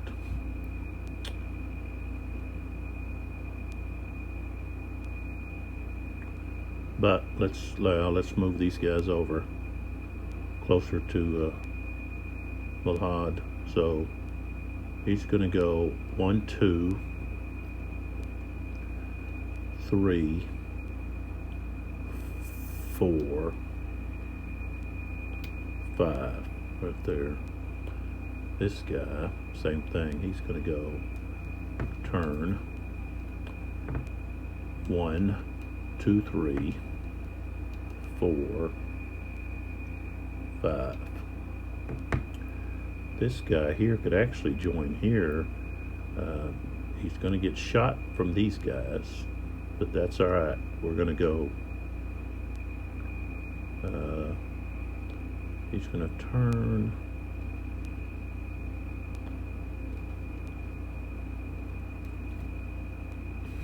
He doesn't have to really turn. So that'd be upslope 1, 2, 3. But as he leaves, this guy's shooting at him because it's opportunity fire. And let's see what these guys have. They have at least 2, yeah.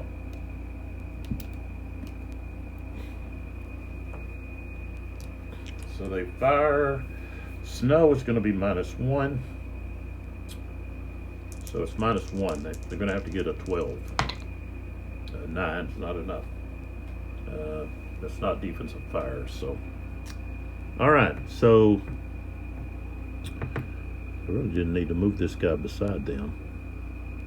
But what I was trying to do is I was trying to get past, because I want to get up here and assault some of this other stuff, like these guns back here that aren't unlimbered. So, all right. So this is the target, and so we've got 3 units that are charging, and so what do we got here? Is defense. We've got 4 and 3. That's 7.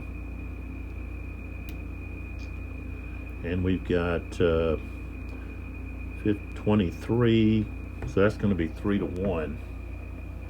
Okay. So with this charge, we've got 3 to 1. There's a tally stick here.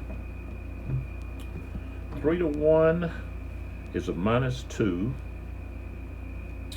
Okay, defender is not elite, but they are Russian. So now it's -1.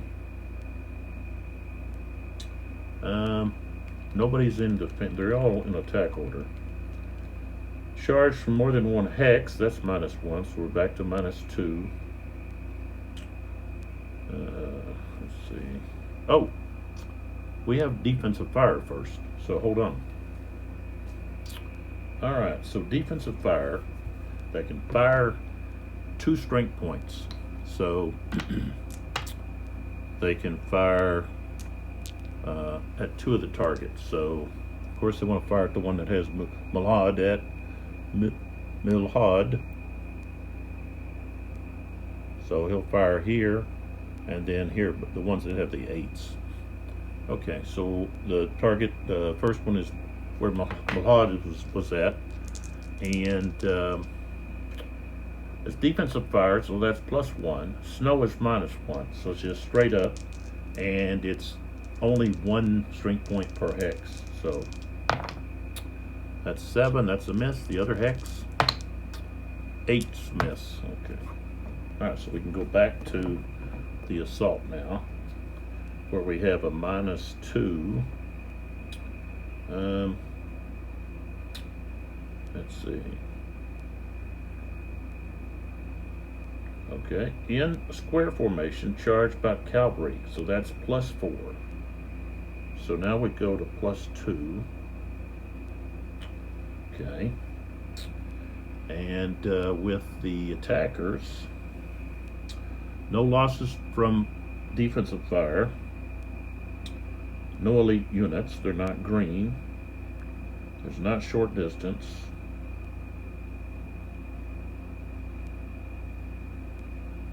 Leadership rating. Milad has a 3. So now we go from a +2 to a -1. And the defenders have to roll higher than 8.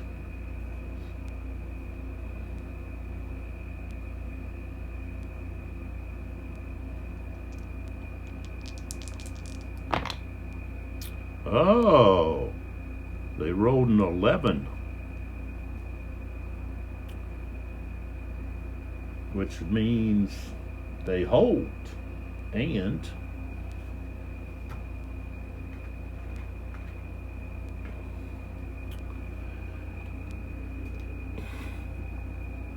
the attackers take a loss. And they all have to flip to their tired side.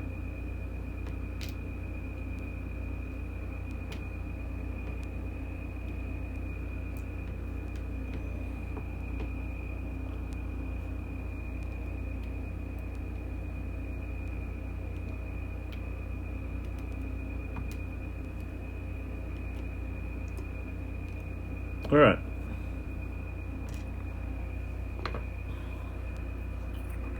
Now we go to the next activation,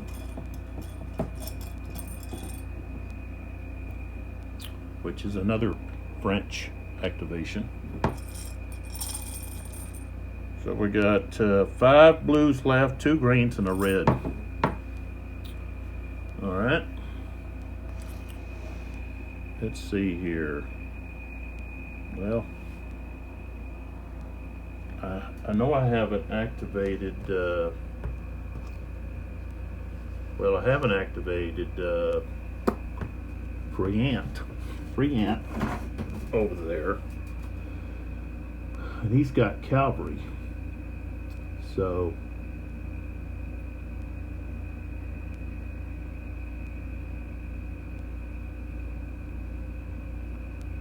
he could push back. He could really push back on these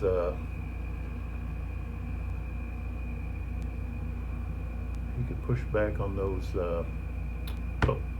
Cossacks there.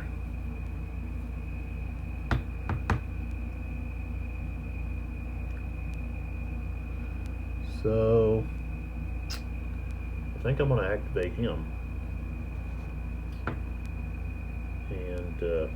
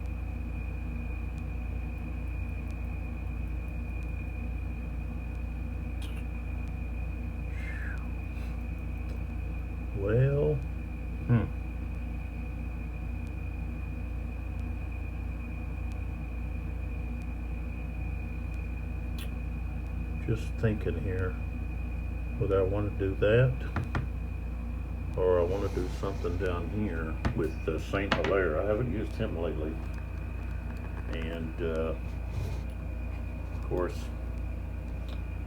he's taken a heavy toll here, and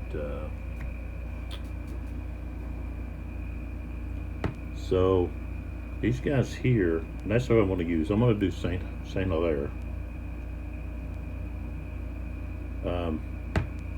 So I've got these 3 units here. They both all taken heavy losses. He's taken 6, and this one here's taken 7. So they've only got 5 strength points between them. This unit here still has 5, and I'm going to flip him over, and he's going to go 1, 2, 3, 4 right there.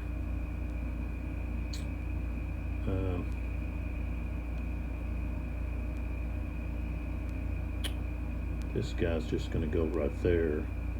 This guy here, this is their first activation, so they've got their full movement potential. So I think, did I count that right? That would have been 4, 5, because he moved adjacent. So 1 downslope, 1, 2, 3, 4, and then 5, 6. He could move into here. There we go, 5, 6. Okay, this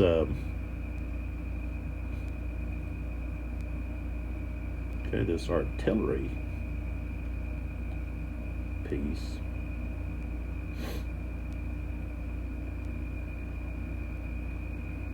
One, 2, 3. No. 1, 2, and then 3, 4. And okay, he would have to turn like so to be able to fire on those units in the square there. Okay. He's still within range of his division commander.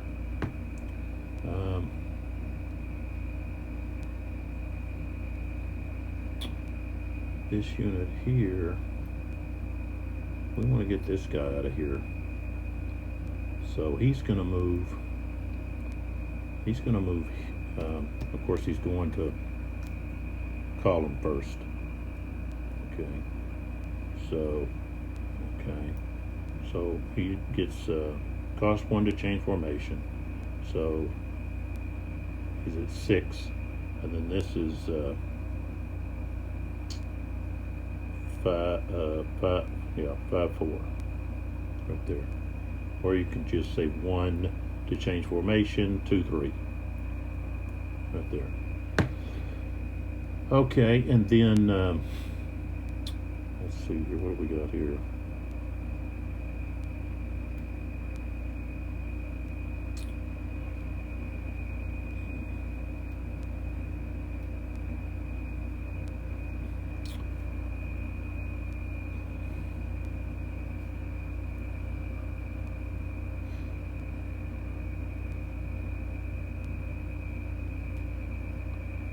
I think he moved here.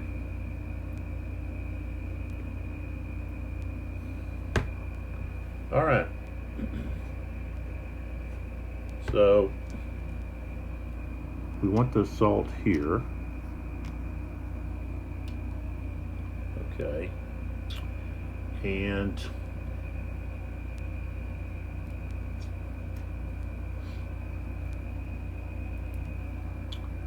I want the assault here.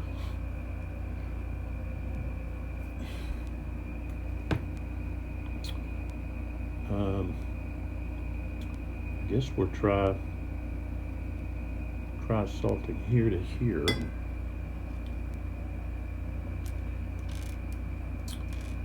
And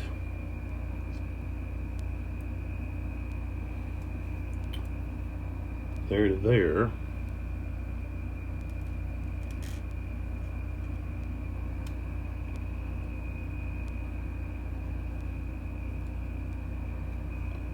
I gotta put this on second layer.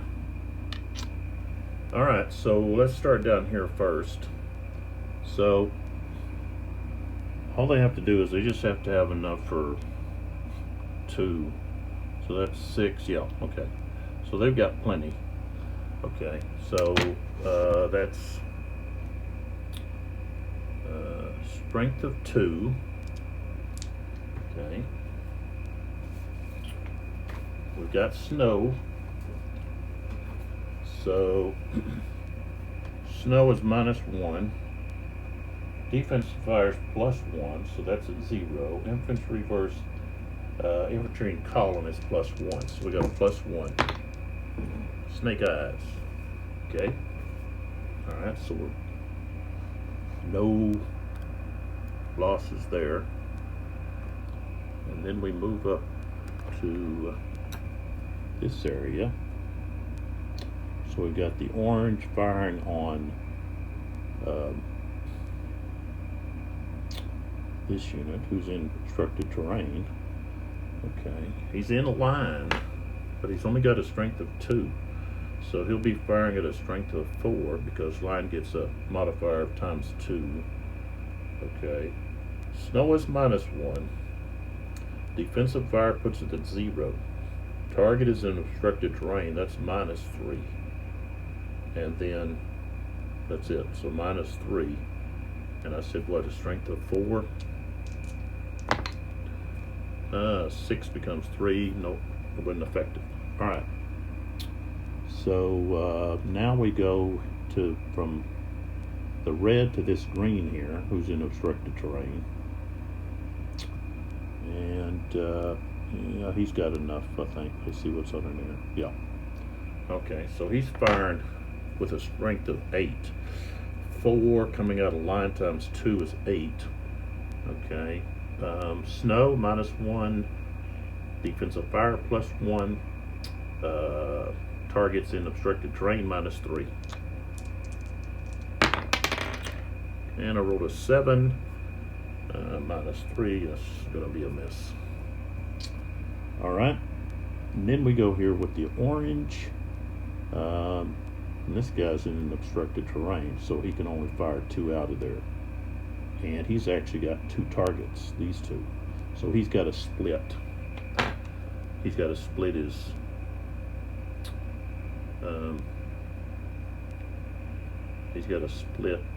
fire because that unit's also assaulting. So,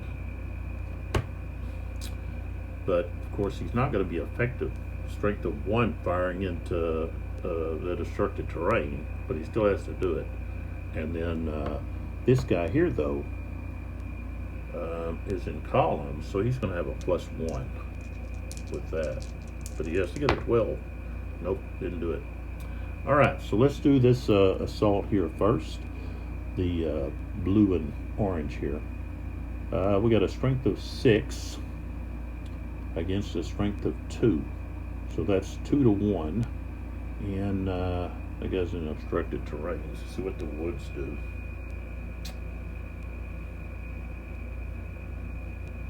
Okay, it doesn't say anything about. Oh, I'm on the wrong side. Okay, still doesn't do anything about assaults, I guess. But it'll be over here on this other side. Okay, so we've got what did I say, 3 to 1. Okay, so tally stick, 3 to 1. We're going to have -2. Okay. No elite unit on defending unit's not elite or green, but Russian. So now it's going to be a -1. I don't think Baggy's not in defense. He's in attack. So he's in obstructed terrain, so that's +2. So now we're at +1. Let's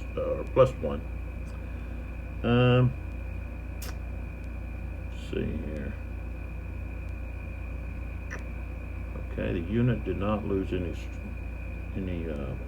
strength from fire. He's not a lead or green.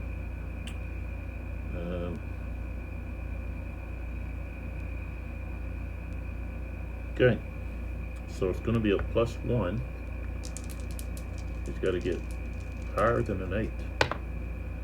3 becomes a 4, so he will be losing a step and retreating.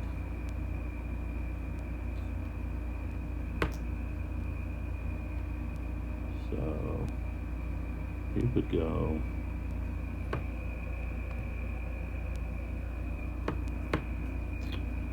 he's going to go 1, 2, 3, 4, 5. So he's going to be moving into there. Okay.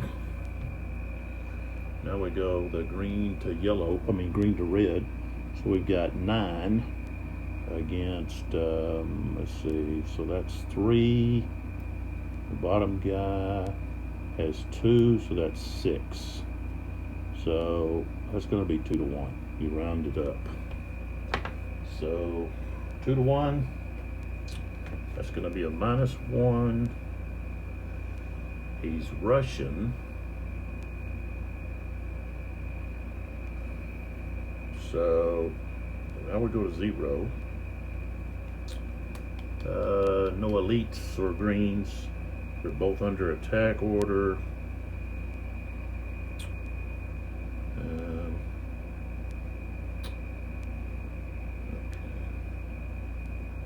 He's actually in general order. He's not in column or line.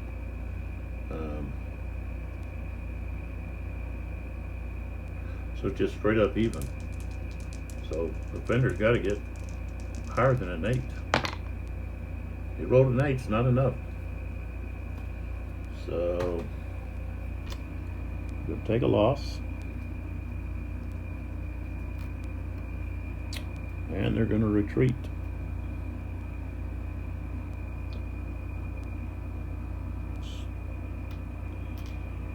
Come on.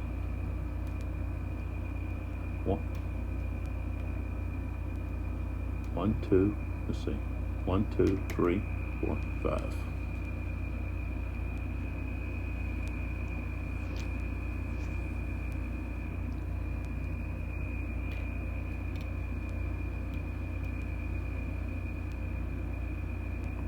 All right.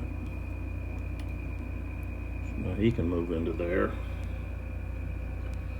All right, then we have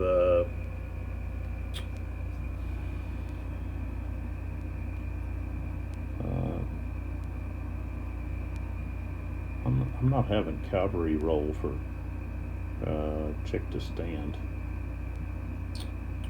All right, so here we've got a strength of 5 against 2.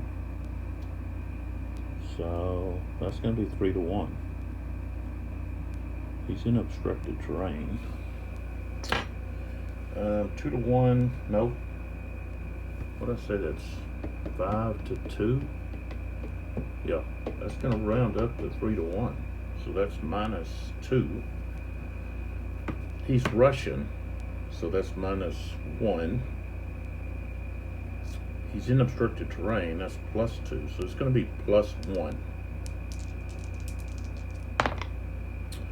And he rolled an 11-12, so he holds. And the attacker has to take a loss. That's something that's new. It's not in the rules that came with that are in the box. It's part of the living rules. The most recent living rules. So okay, that one's over. I'm gonna go ahead and move these guys.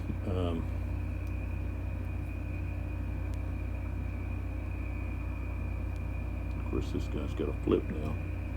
When you go into obstructed terrain, you have to be in the line formation due to the lower movement factor. So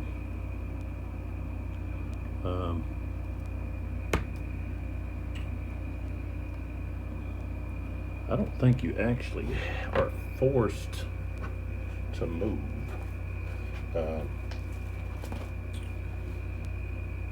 It says the assaulting charging unit may enter the hex. Well, they don't want to leave their obstructed terrain, so they're going to stay. And then we come down here. We've already done the defensive fire.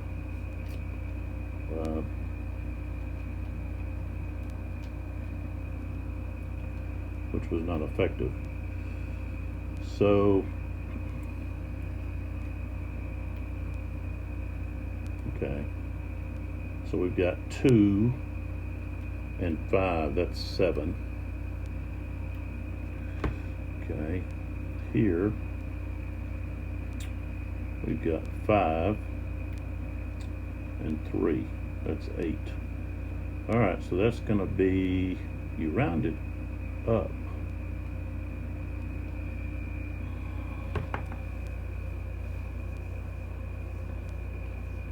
If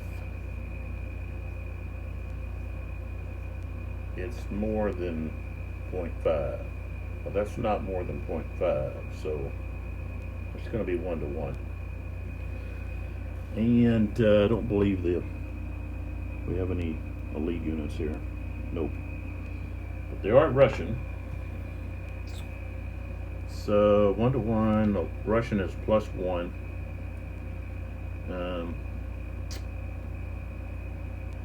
Okay, in square formation, assaulted by infantry, +1, so it's +2. I think that should actually, that's probably should be a -1. You know, that I'm pretty sure, I'm almost positive that should be a -1, not a plus, because I do remember reading in the rules it mentions that when you're in square, let me go over here and find it.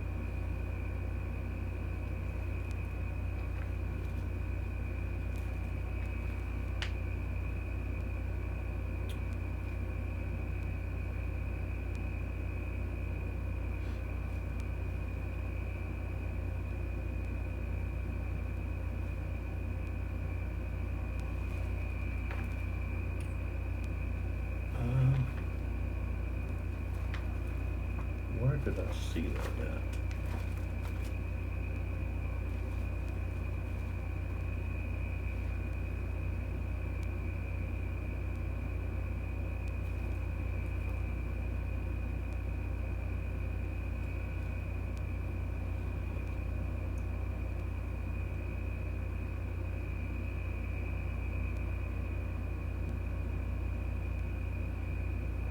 It talked about if you're in square that you're susceptible to fire and infantry assaults.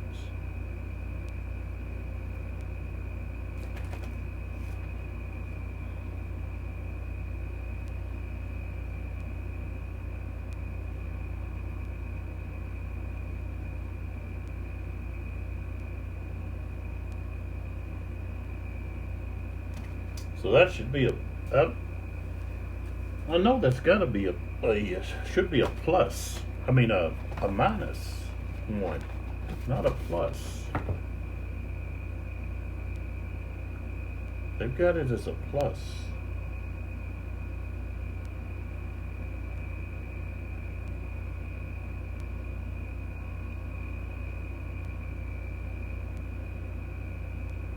In square formation, assaulted by infantry, and they have a plus.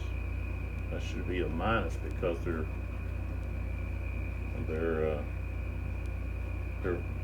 weak. Because you're just going to walk up to them and blast them. You're not going to go in there hand to hand. And that's what this is. It's a close fire combat. So that should be a minus.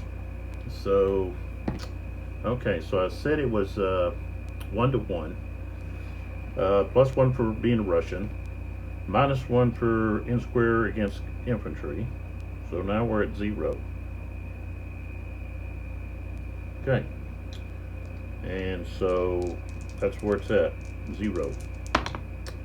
Rolled a 7's not enough, and they are forced to retreat. top unit loses a step, and they just retreat 1, 2, 3, 4, 5, 6, and then these guys can advance into there. All right.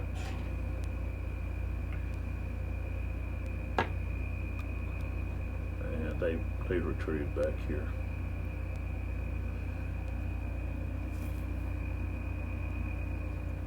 All right, let's draw another cube here. And so this is the third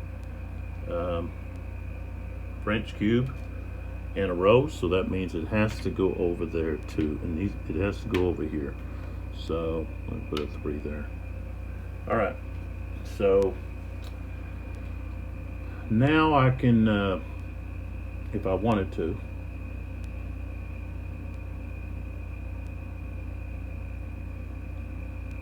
I could activate someone here.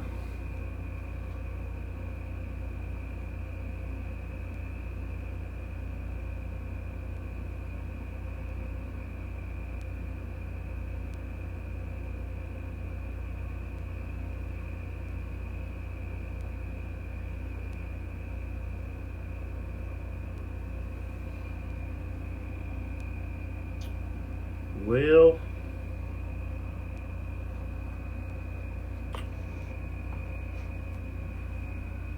have I activated the 4th core yet? No.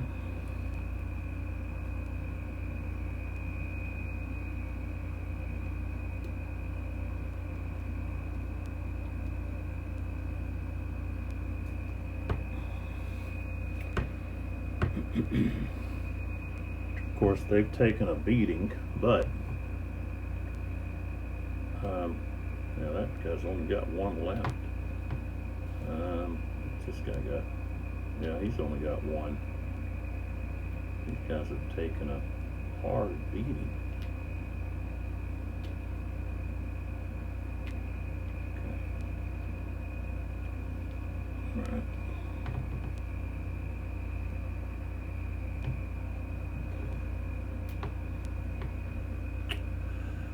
Wow.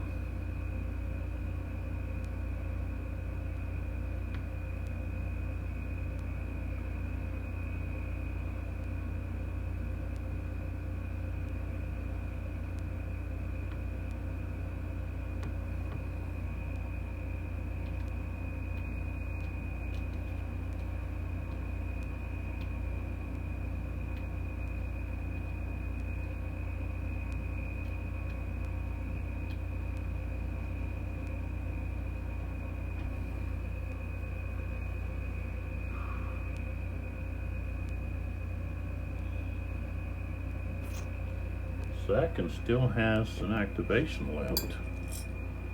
I don't think he would be able to do too much, but he could still come in here and put a wallop on some of these guys.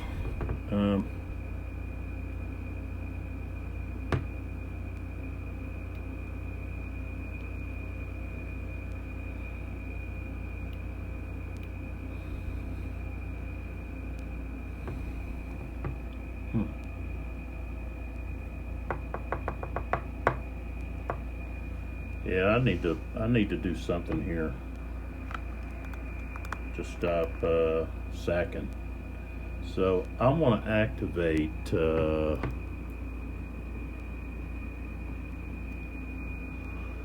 hard delay.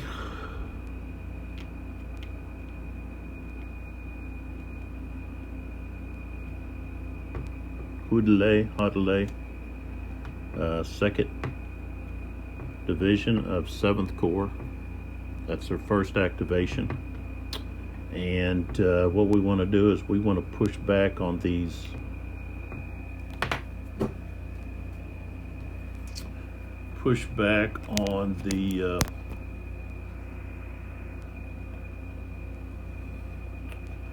on Sakin's troops here. So he's only got 3. What's this unit got?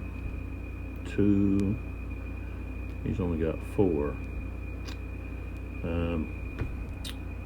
But let's see, he can come like, well, let's see. We can attack, we can get 2 guys attacking there. This guy's out of range, I think. 1, 2, 3, yeah. Let's see, this guy here is out of range. He'd have to move this way. Or just move him toward him for the next activation. But, so we've got this guy that can attack. This guy can add 3. So, yeah, let's move this guy. He's going to move 1, 2, 3, and then 4 down to 5, 6.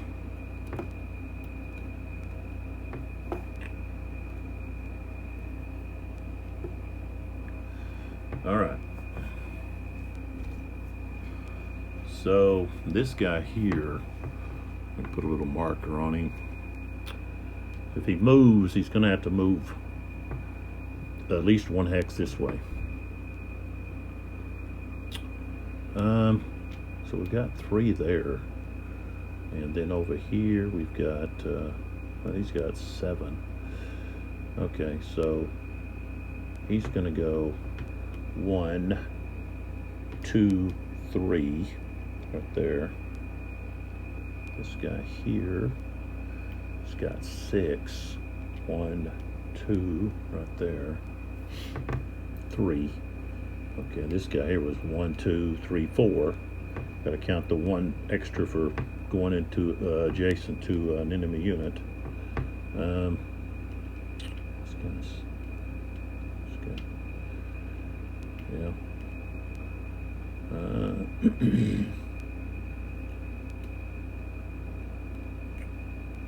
I'm gonna move this guy. Let's see.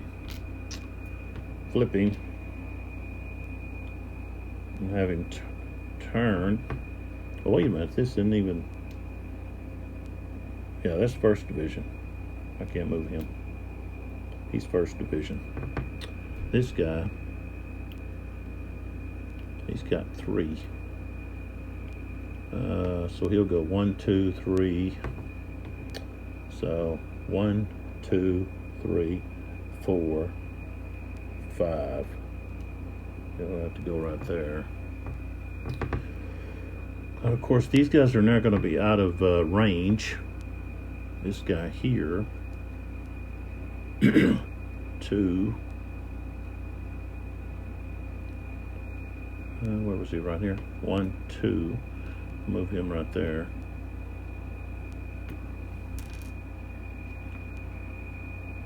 This guy has 5. 2, 3, 4, 5. So he don't have enough. So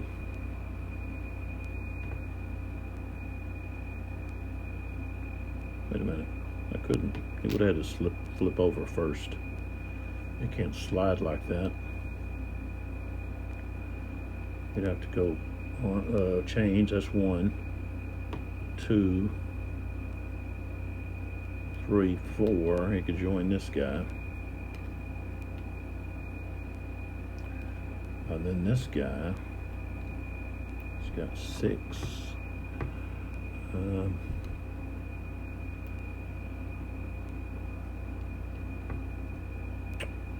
So he could go 1, 2, 3, 4, 5.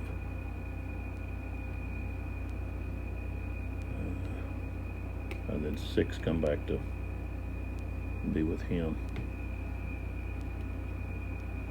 Like that. All right. I believe that's all that he can pretty much do. So, all right, here we've got these 2 guys assaulting here, and then we're going to have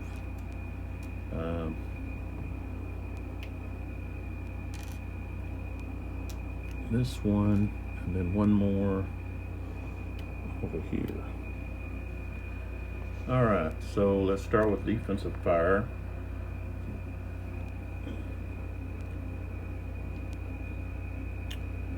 Five, okay.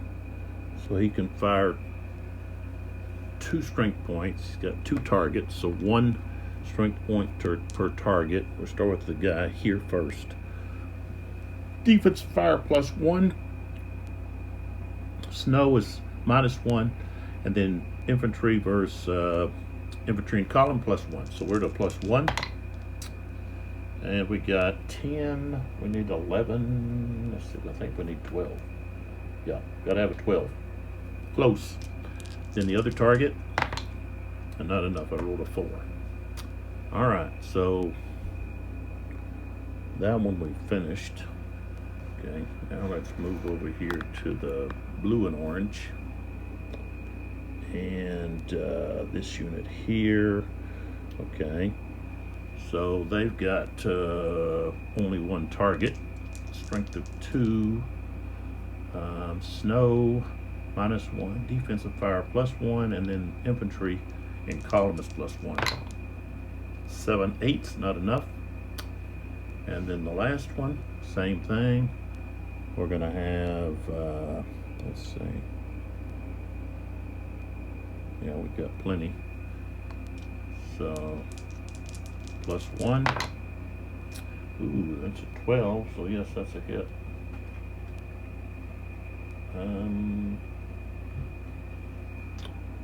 So let's see here.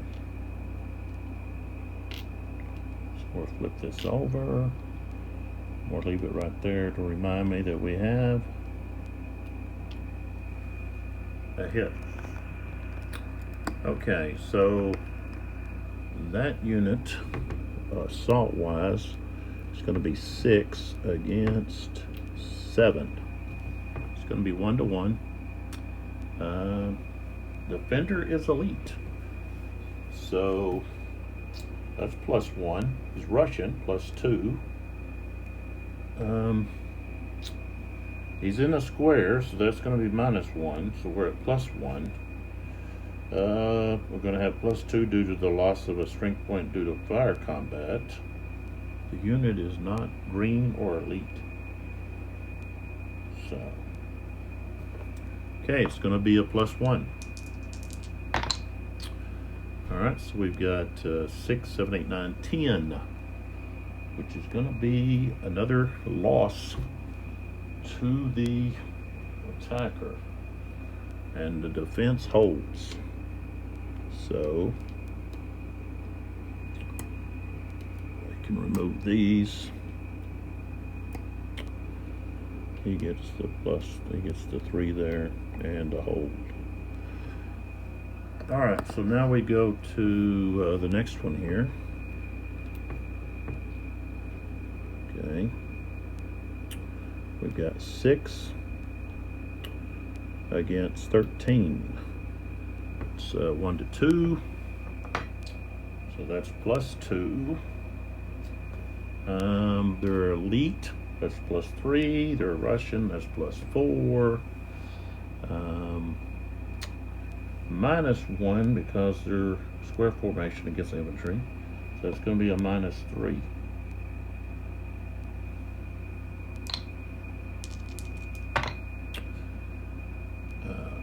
No.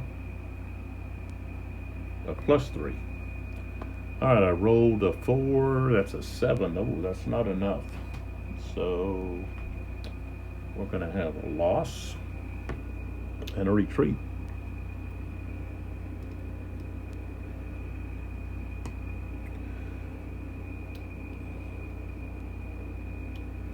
Alright, so we go 1, 2, 3, 4, 5, 6. Back to there. And of course, that unit now has to roll to stand. And I can go ahead and move this guy in.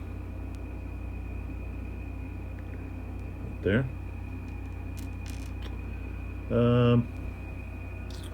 And then we have the other one right here. So Here we've got 4 and 5 is 9. Here we have 3 and 6 is 9.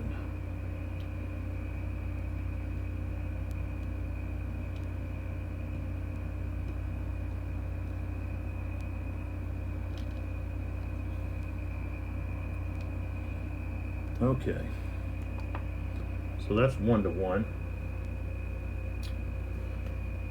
1 to 1. It's Russian, so +1. No one's in defend or hold, or they're both in attack orders. Attack by more than 1 hex, that's -1, so we're at 0. -1 square formation assaulted by infantry, -1.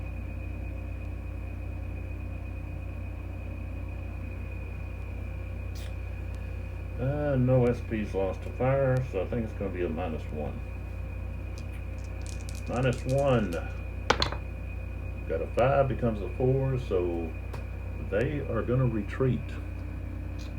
Lose 1 and retreat. And so they go 1, 2, 3, 4, 5, 6. And let's see, I'll put this guy in there. I'll tell you what, let's put this guy. He moves up.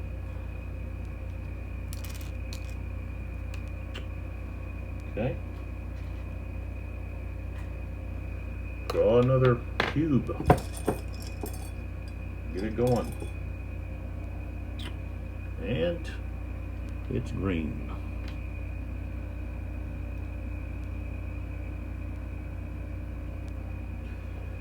Okay. Oh, wait a minute. Time out. I've got a roll for this guy right here.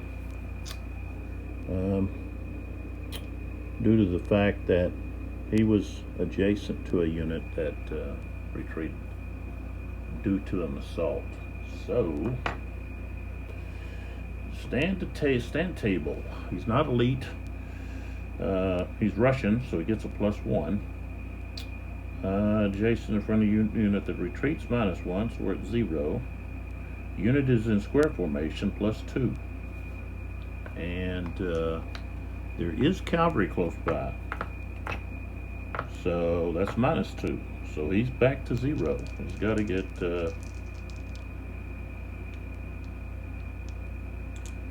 get higher than a 6. No.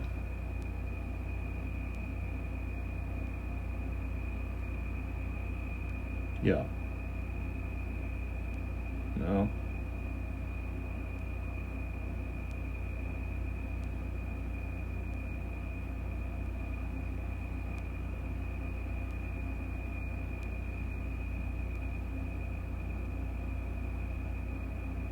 Maybe I've been looking at this wrong.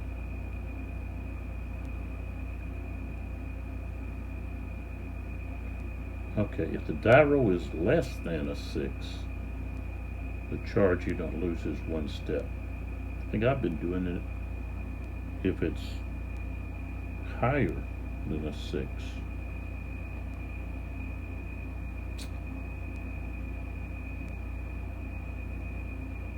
So, yeah, if the die roll is less than a 6,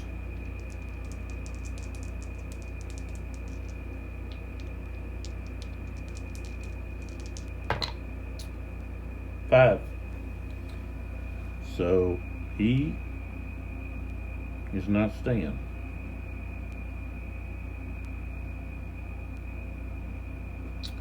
Okay, so he had, yeah, Russian is +1.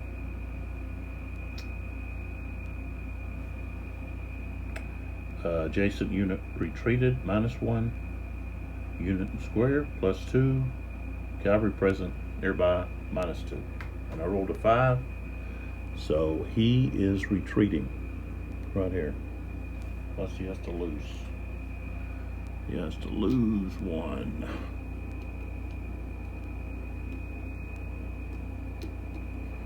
One, two, three, 4, 5, 6, 7.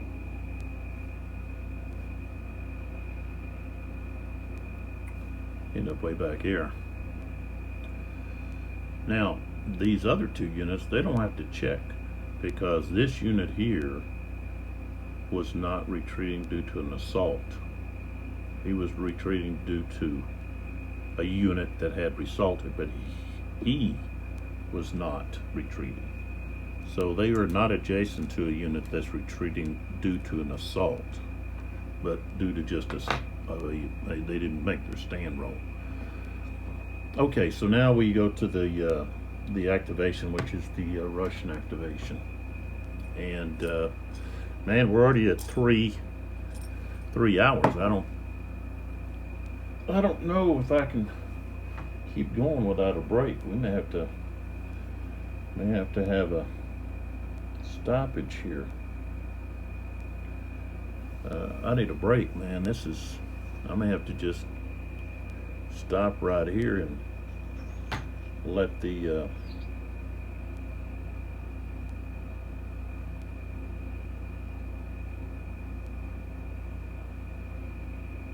we'll pick it up here with this next activation. 3 hours straight.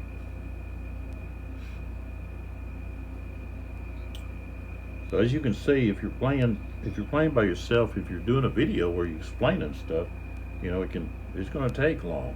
But if you're just playing by yourself, you can knock out these pretty fast. If you know, unless you're really contemplating about, you know, what actions you need to take, which, you know, when you have limited activations with the Russians, you know, you got to really, you know, you've got to really think out who you're moving, who you're attacking with, and you know, like, you know, I've got some units that I've got that are in attack mode, and I'm not even attacking with them. So I mean, I'm losing. So right now we got the left wing cavalry reserve, Baggy, 2nd Division. Those are all under attack orders, and then not only that, but the 5th Division, and I haven't even attacked with them, and with the Russians, and there's 2 cubes. So I mean, that's 1, 2. Let's see, 1, 2, 3, 4, 5, 6, 7, 8. You know, there's 8 cubes, army fatigue cubes that were lost, or could be lost. Now, if and I've only activated the right wing cavalry reserve once, so you know, when you're thinking about your orders, you know, especially with the Russians, you need to limit your attack orders. You know, the way I've done it is, you know, I've got too many attack orders, and I'm wasting army fatigue points that I'm not even getting to use. You know, you've got to be judicious about your orders when you're the Russian player, because you're just not going to get as many activations. And you need to really focus on, okay, where am I going? You know, this is where I'm going to defend, and then I am going to use, this is where I'm going to attack, and just focus your attack right there. Whether it be, you know, and I know I with some of the cavalry units, I've changed them to or put them into attack order, because you know, I was going off originally you had in order to a reaction charge, you had to be in attack order, and now you don't. You're just, your cavalry, if they're tired, they can't reaction charge. So you don't necessarily, if you're not going to attack with them, you don't necessarily need them in anything that. Plus, if it's just infantry or artillery, you know, approaching them, they can evade. But So I've got all these attack orders that aren't getting used, you know. So like right now, 5th Division, which, you know, I could use them, you know, right here. Bring these guys back and not these, but, you know, assault here with these guys.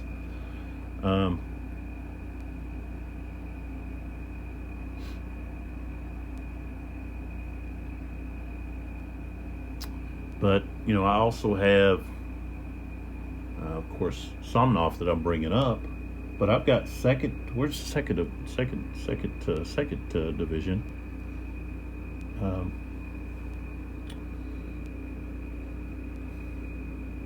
Oh, yeah, I've got 2nd Division here.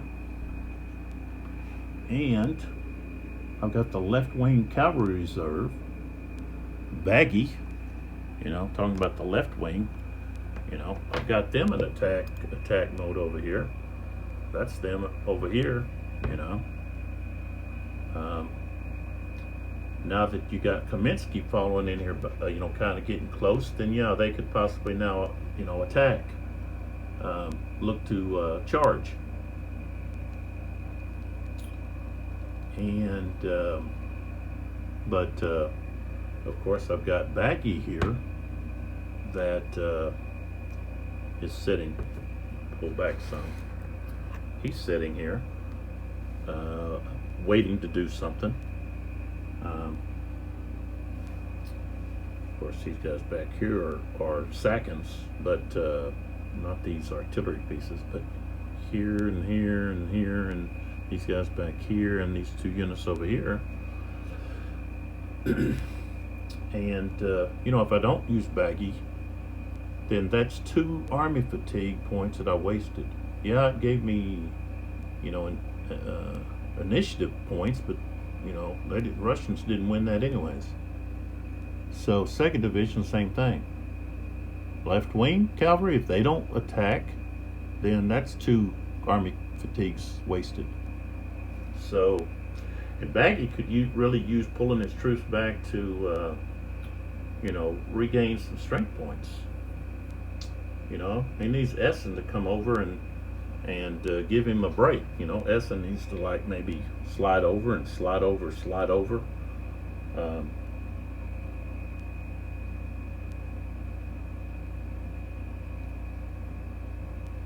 That's what, you know, the Russians need to change some orders, but of course they're going to have to roll for some of them, but, you know, this is just FYI for your information. You don't want to waste your army fatigues on activations that never occur.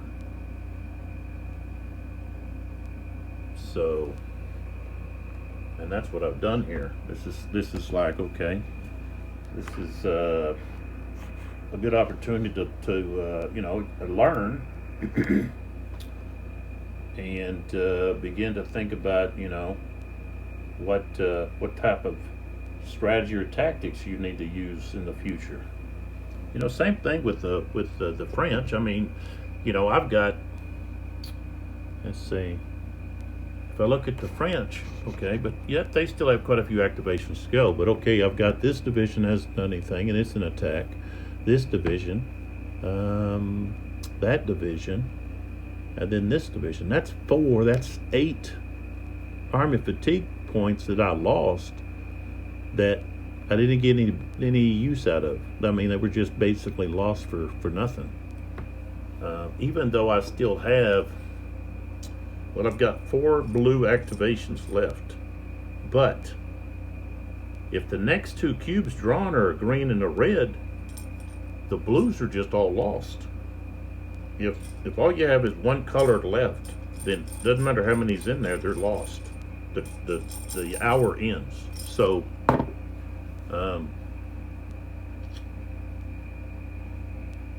those are things you got to really think hard about, because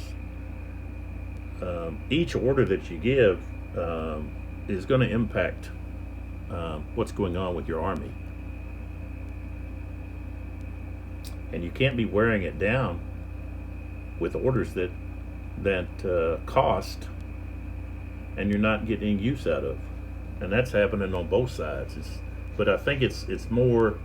It hurts the Russians, I think, more because, of course, they've got less orders, activations, not orders, but less chances to activate, just due to their lower activation cubes. And if you've got all these attacks and you don't have enough cubes to mount them, then each one of those attacks that aren't utilized hurt your army. So, but I got to stop. This is going to be the cube. We're going to have a green cube, okay, to start. So, I'm going to set that right there. But I've got to stop. I'm going here for 3 hours. It's wearing me down there. So, take a look. If you don't have Eylau, take a hard look at it. If you do, get it to your table. Start to enjoy it. And if you come across some rules that you are unsure about, then just wing it. As I've said before, when you have a new system, new volume, first volume of a system, it takes time to iron out some of the wrinkles. So, don't just cast something aside because of a few wrinkles, but apply common sense and go with it. If a discussion comes up or if the rules are for that specific item is clarified, then then you can make that change or keep going as you were. But this is a fun game. It's a beautiful game. The counters, the charts, the map, just the components are top notch. And in my opinion, the rules are really nice because they're not overbearingly burdensome. And there's, like I said, there's a few wrinkles here or there, but they're going to get cleared up. And if you've got enough gaming experience, then you can work through them. And if you don't, then this is where you get some experience. So you can also check out some other platforms to find out, maybe there's someone that's asking the same questions that I do, and they've got somebody giving answers. Wherever that may be. I don't like to talk about Board Game Geek because I got my account canceled. I'm not going into that. But I thought that was unfair. But it's their platform. But I don't have to support them, so I don't bring their name up unless I'm on a rant. And I'm not wanting to rant today. So, okay, but soundoddrumsgames.com. Go check them out. They may be still working on that the site itself, but if they are, you can check the other links and get some information. And then also check out chessix.com. Like I said, the dice that I'm using are specifically made for this game. They've got the Eylau 1807 on what would be the 6, and that's the French Eagle, and of course the